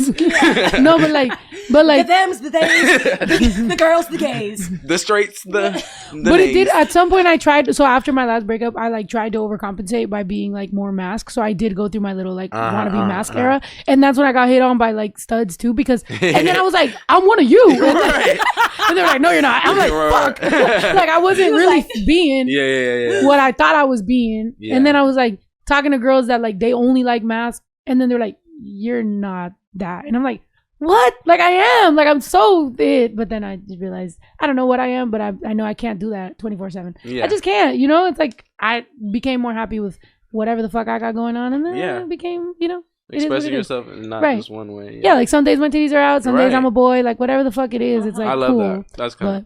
I feel the same way. Like sometimes I dress more feminine, like. And like I want to be like more like feminine kind, and then some days I'm like, bro, wear a hoodie, right? And like that's fun. Like I don't want to just be one way. Yeah, and I think people sometimes get it twisted. And like I said, like there was someone that I wanted to talk to, but like they like only wanted specifically that. I'm like, damn, like that's when it really shows you like somebody just ain't for you, because it's like I'm not gonna change everything about So it's like, all right, cool. Well, like friends, you want to remix my song that I have that's called Unladylike? Yeah, sure. It's like they say sit up straight, fix your face, make sure your bed is always made, put things in their place every day. We are trained so we behave like a saint. They say cover up, you show too much. I can't remember the lyrics. I like that. No wonder why they call you slut. We've had enough. Yeah. Hey, they say I don't act right. It's unladylike. How I don't let them spend the night. Oh, keep it going. Hold on. Yeah, Dustin's gonna start harmonizing. Right. Night. But yeah. Yes. It's funny actually, that song, like I put so much time into the music video. That song needs to get synced. Listen, that's what I'm about to say. That needs to get synced. It's a movie. I put the music video out, it got paid dust. I was so fucking pissed. I'm like, bitch, fuck you. Don't you hate that when you like, this shit about to go up and then the shit that you just... I put so much effort and it was just like, all right, I hate you guys, but I love you, whatever. Anyway, so... but then I got like, it's like, okay, I probably spent like $8,500 on the music video, and then literally maybe like a month or so after I put it out and it didn't do shit, the PBS reached out to me because they were doing a series on unsung women in history, and the lady said she literally just had typed in unladylike songs. And mine came up first. That's awesome. And then she really liked it, and they paid me like $8,500 for the sync. And I was like, all right, cool. That's the universe. I was like, whatever. Like, I made my money back, but it irritated me. But you want to remix it? Yeah. Hell yeah. Bring some more life back into that amazing song. But it is true. Like, there is some songs that like you know, maybe that it's just not ready for it, because like when we did Immigrants, it honestly, for what they spent, and I'm not gonna lie, like Lin-Manuel brought me into it, and it was Residente and like a lot of different people, and it's for the Hamilton mixtape for the play and everything. So they spent, but it was paid dust. And then all of a sudden now it's just so top of, you know, mind that now it's like getting picked back up and like all these things or whatever. And it's like, that's the wonderful thing that does exist about music, is like you said, it's like if you came for one song, like that was worth it. And it's like me, sometimes I felt like, okay, I have a couple songs that people know me for, but that's it. But then it's like, there's people that have literally been one hit wonders and made it their whole fucking life, and they're fine, you know? So to me, it's like, nowadays, hell yeah, like bring life back into something, remix something, bring it back, re-rap that verse at the camera or re-sing it or whatever. And it's like, you never know when the timing might just fucking hit. You know? I think about like one of my biggest songs in the air, I don't have a video for, and I be feeling like, is it too late to do a video sometimes? Low key, I'm like, I might just do it one day. Like, I might just fuck off and like be like, you should do maybe for like the anniversary or something. Like, I made a video. Like, yeah, you should do it. I think you should do it. For like, the anniversary, it's literally my biggest. Yeah, I feel like well, damn it passed, but maybe next year. I feel like you should do it. But or just celebrate it. Just be like, yeah, you know, because it is our creation. Like, it is our time that we spend in that studio, and our mind, and people everything. know it already. So I feel like they'd be more inclined to be like, oh, let me watch this video. And that's where I think it, like, why it would be a really great idea, because people love that song already so much. And yeah, I feel like you definitely should shoot a music video for it. I think you should. Yeah, I'm gonna something really cool. You should do it. And we're gonna do a 24-hour challenge. Yeah, come on. Maybe. I love that. I want to keep. That. I like I said, I want to keep just doing fun shit. I want to enjoy my time. I spend so much time, bro. And I had to grow up and realize that it was me. Like, I did have boundary issues. I was a people pleaser. I was confused about where I would fit in this industry. I also just did feel like what is that? What is it when you don't feel like you're worth being there? Imposter syndrome. It really was. Like, I was in some of these. That should be beating my ass. You be in some of these rooms and you be like, no, I'm not gonna say nothing because, you know, whatever. And it's like, you should have said something. Like, you should have spoke up. You should have connected with that person. And so I know that a lot of the most miserable times in my life were probably because I should have gone to therapy before getting into the music industry. Yeah, probably would have helped me. So now it's like, okay, cool. Like, maybe all that time is gone, but like, if I can just have fun, use the assets I have, use what I have now to just enjoy myself and like love what I have in front of me, then it was all worth it. You know what I'm saying? Then it's like, in some way. So it's like, yeah, I love the 24-hour challenges. I love dropping music and working with my team and my fam and everything, and just here at the ranch, you know, like. And Snow, I'm about to give you your flowers because I'm serious. Like, I really do think that you don't, like what you're saying, the imposter syndrome stuff. Like, I don't think you realize how amazing you really are. Like, you have done so well for yourself. When we were driving up here, I was saying to Destin, like, she has such a cool setup. Like, she's done so well for herself. It's really amazing to see. And I got you that bottle today because I really did want to thank you for just literally, when we started hanging out 3 years ago, like, and you were going live on TikTok all the time, I was so self-conscious about my body weight and everything and just that part of my life. But seeing you like putting yourself out there and going on TikTok and like you telling me like, just go, just get on, just do it. And I was like, all right, fuck it. Like I wouldn't have started getting back into the internet the way that I have been in the last, 3-4 years now. Aww. So yeah. Thank you. And I said this on my TikTok live, maybe like a month ago or something. But yeah, I do think that you don't really get enough credit for your innovation, like your hard work. Like you really do be hustling out here. And I don't think a lot of people realize how hard it is to do what you do. Thank you. And you've been doing it so well for such a long time. Like I really think that you need to be celebrating yourself. And she speaks highly of you when you're not here too, because she'd be like, bro, Snow, like she's doing so much good shit. Yeah, I'm serious. I've heard about you before I met you. Yeah, I do. I feel like, and it's proof in your fan base. Like you pour into them, and they pour right back into you. And I just think that you really don't.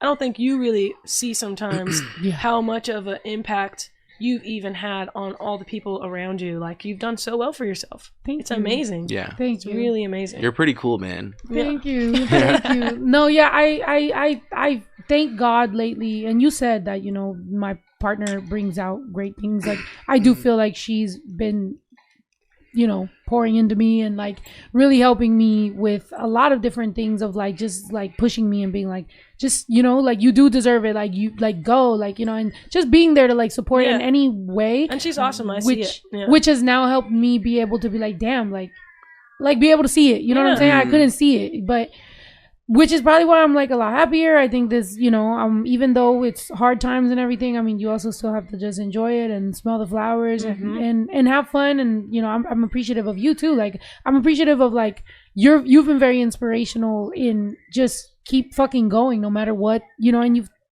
I won't say all the conversations we've had, but definitely conversations that I think were needed at that exact moment. Yeah. Huh, baby? Okay, come show me. Did my phone die? We're gonna be done soon, Lily. I promise. Come here. Yeah, come over here. Done, come over here. Where are you going? Oh, she's dancing now. Okay. Oh. Hey. Oh. Oh. Oh. You want to go to Snow? Aw. Well, don't knock anything over, Lily, please. I'm like, maybe I will have a daughter. But yeah, I mean, all right. So then let's do it. I know Lily want to go. You good? What the? She just hands me the phone and starts picking her nose. Yeah. She's like, actually, it's so funny. I don't want a daughter. She's digging in her nose. She reminds me of me. Like, I mean, if you see some videos, that's. But okay, so I just keep this, or what am I doing here? What do you want to do, Lily? So then, what we're gonna do is motherfucking get in the studio, do a 24-hour challenge one of these days. I know you're in the East Coast, but and then you're leaving on tour, so we gotta figure out how to fucking do it. Yeah, but you are going. Tell them about your Arizona show. Oh yeah, you guys. So I asked Snow if I could come on her podcast because Cinco de Mayo. I wanted to also promote my upcoming show that I have in Phoenix. It's on Cinco de Mayo, and yeah, I think obviously Snow's got the Latina gang, Hispanic, and I know there's a lot of Romiti gang that is real Mexican out there. Yeah, we're gonna cross promote. We're gonna make some songs of fucking fuck and around. If you guys don't know who Destin Conrad is, get your fucking phone out right now. Yes, and add his music. You're gonna love it. If you love R&B, if you love gay people, yes. If you love to feel like a badass, if you love bitch, Batiman, if you love Batiman, if you love that, if you love a Batiman. Yes, this is the next best thing, okay? The hottest shit since chopped cheese and fucking mash and potato, jack of potato with tuna. Since fucking jellied bro, like baked beans, bitch. Baked beans, like fucking crumpets, like the hottest thing. Exactly, bro. Exactly. Yeah, a kebab. You like a kebab too, yeah? Snow the product. The fuck. You lot know nothing but Snow the product over there, the other side of the pond. Have you played in London? Yes. Did you enjoy it? It was dope. Yeah, it was dope. I don't know why every bad bitch has a British accent. Like, why does everybody? I don't know, but every girl does. The bad bitches be having the British accents, and I want to know the science behind it. Like, Especially, it always be the eccentric fun ones that are probably gonna like break your heart, but they start drinking and they start the accent, and you're just like, oh, okay, literally. But no, yeah. So make sure that you get all of our music. Make sure you know, and then be on the lookout because we are gonna work together. Honestly, like I've always told you guys, I love Toni. Any friend of Toni is a friend of mine, and I am excited to hey, go out and drink and go to the gay area or do something. Let's go be gay. Well, not with you. We can't drink with you. Right. Or be gay with you. So we can still go out though. I can hang we out. can throw some ass. You I can still hang out with you guys. Hey, and be gay with you guys. Hey, it's lit. Only with us though. Nobody. Wait, else. you did go to the? Didn't you come with us Yeah, one time? I lost my fucking wallet. Oh yeah. At the gay club? So mad. Bitch, how come every time you go with I'm dead, you're gonna start thinking I'm stealing your shit? Right. Last time you shot the video and then your bag went missing. Yes. Bitch. I just saw this thing that was like, if my hold on, Lily. period. If it said if my shit go missing, you start looking behind the TV. I know. They're like, where'd it go? Let me help you find it, motherfucker. They be like, Yeah. you're like, bitch, you know my wallet ain't under that motherfucking bottle. Give me my shit, bitch. Ah, that's so funny. But you saw it on camera, bitch. It's not me. Oh, that shit pissed me off so bad. Oh well, West Hollywood, I'm not gonna lie. Yeah, the WeHo girls be the phones and the wallets missing. be took. I had $1,000 in my wallet. I be holding on to my shit for dear life, bitch. And I didn't even know that I had it in there. Jacob surprised me and put that in my wallet. And then when I went to go buy my drink, I was like, oh damn, I got $1,000 in my wallet. Oh. And okay. Then I okay, Eddie. Then I left it there, and when I came back, because when I realized it was someone took it, and it was my MCM wallet too. Damn. Yeah. I was mad. It's okay. You can get it back. I was like, now I'm instantly homophobic. I hate the gays. Suddenly, I hate WeHo. I hate you gay people. Why did I fucking come here? This is not even my crowd. You're not even my kind. We're all laughing, and then we're like, don't cancel us. We're just joking. No, please. I am a gay people. I love me, and I love us. Yes, me too. I am a gay people as well. LGBTC me.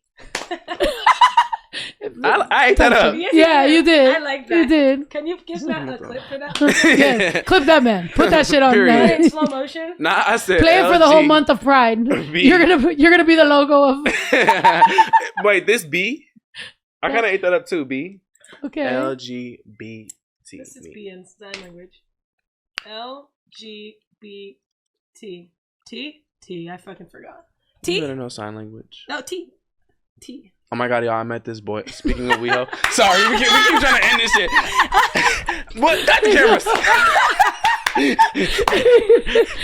You're like, cut this shit. You ain't never met the man in your life. Let's do a harmony before we go. Come on. I'm not. All the ones together. Don't even play. Come on, tell her which one to do, and then I'll do mine. Come on. This whole podcast is just us trying to make Snow do shit. Right. No. Okay. You start. No. You start. No. You start. Then I'll go. Then Destin go, because he'll find the best. Yeah, one. yeah. Okay, sing a note. Bro. Come on. I'm so shy.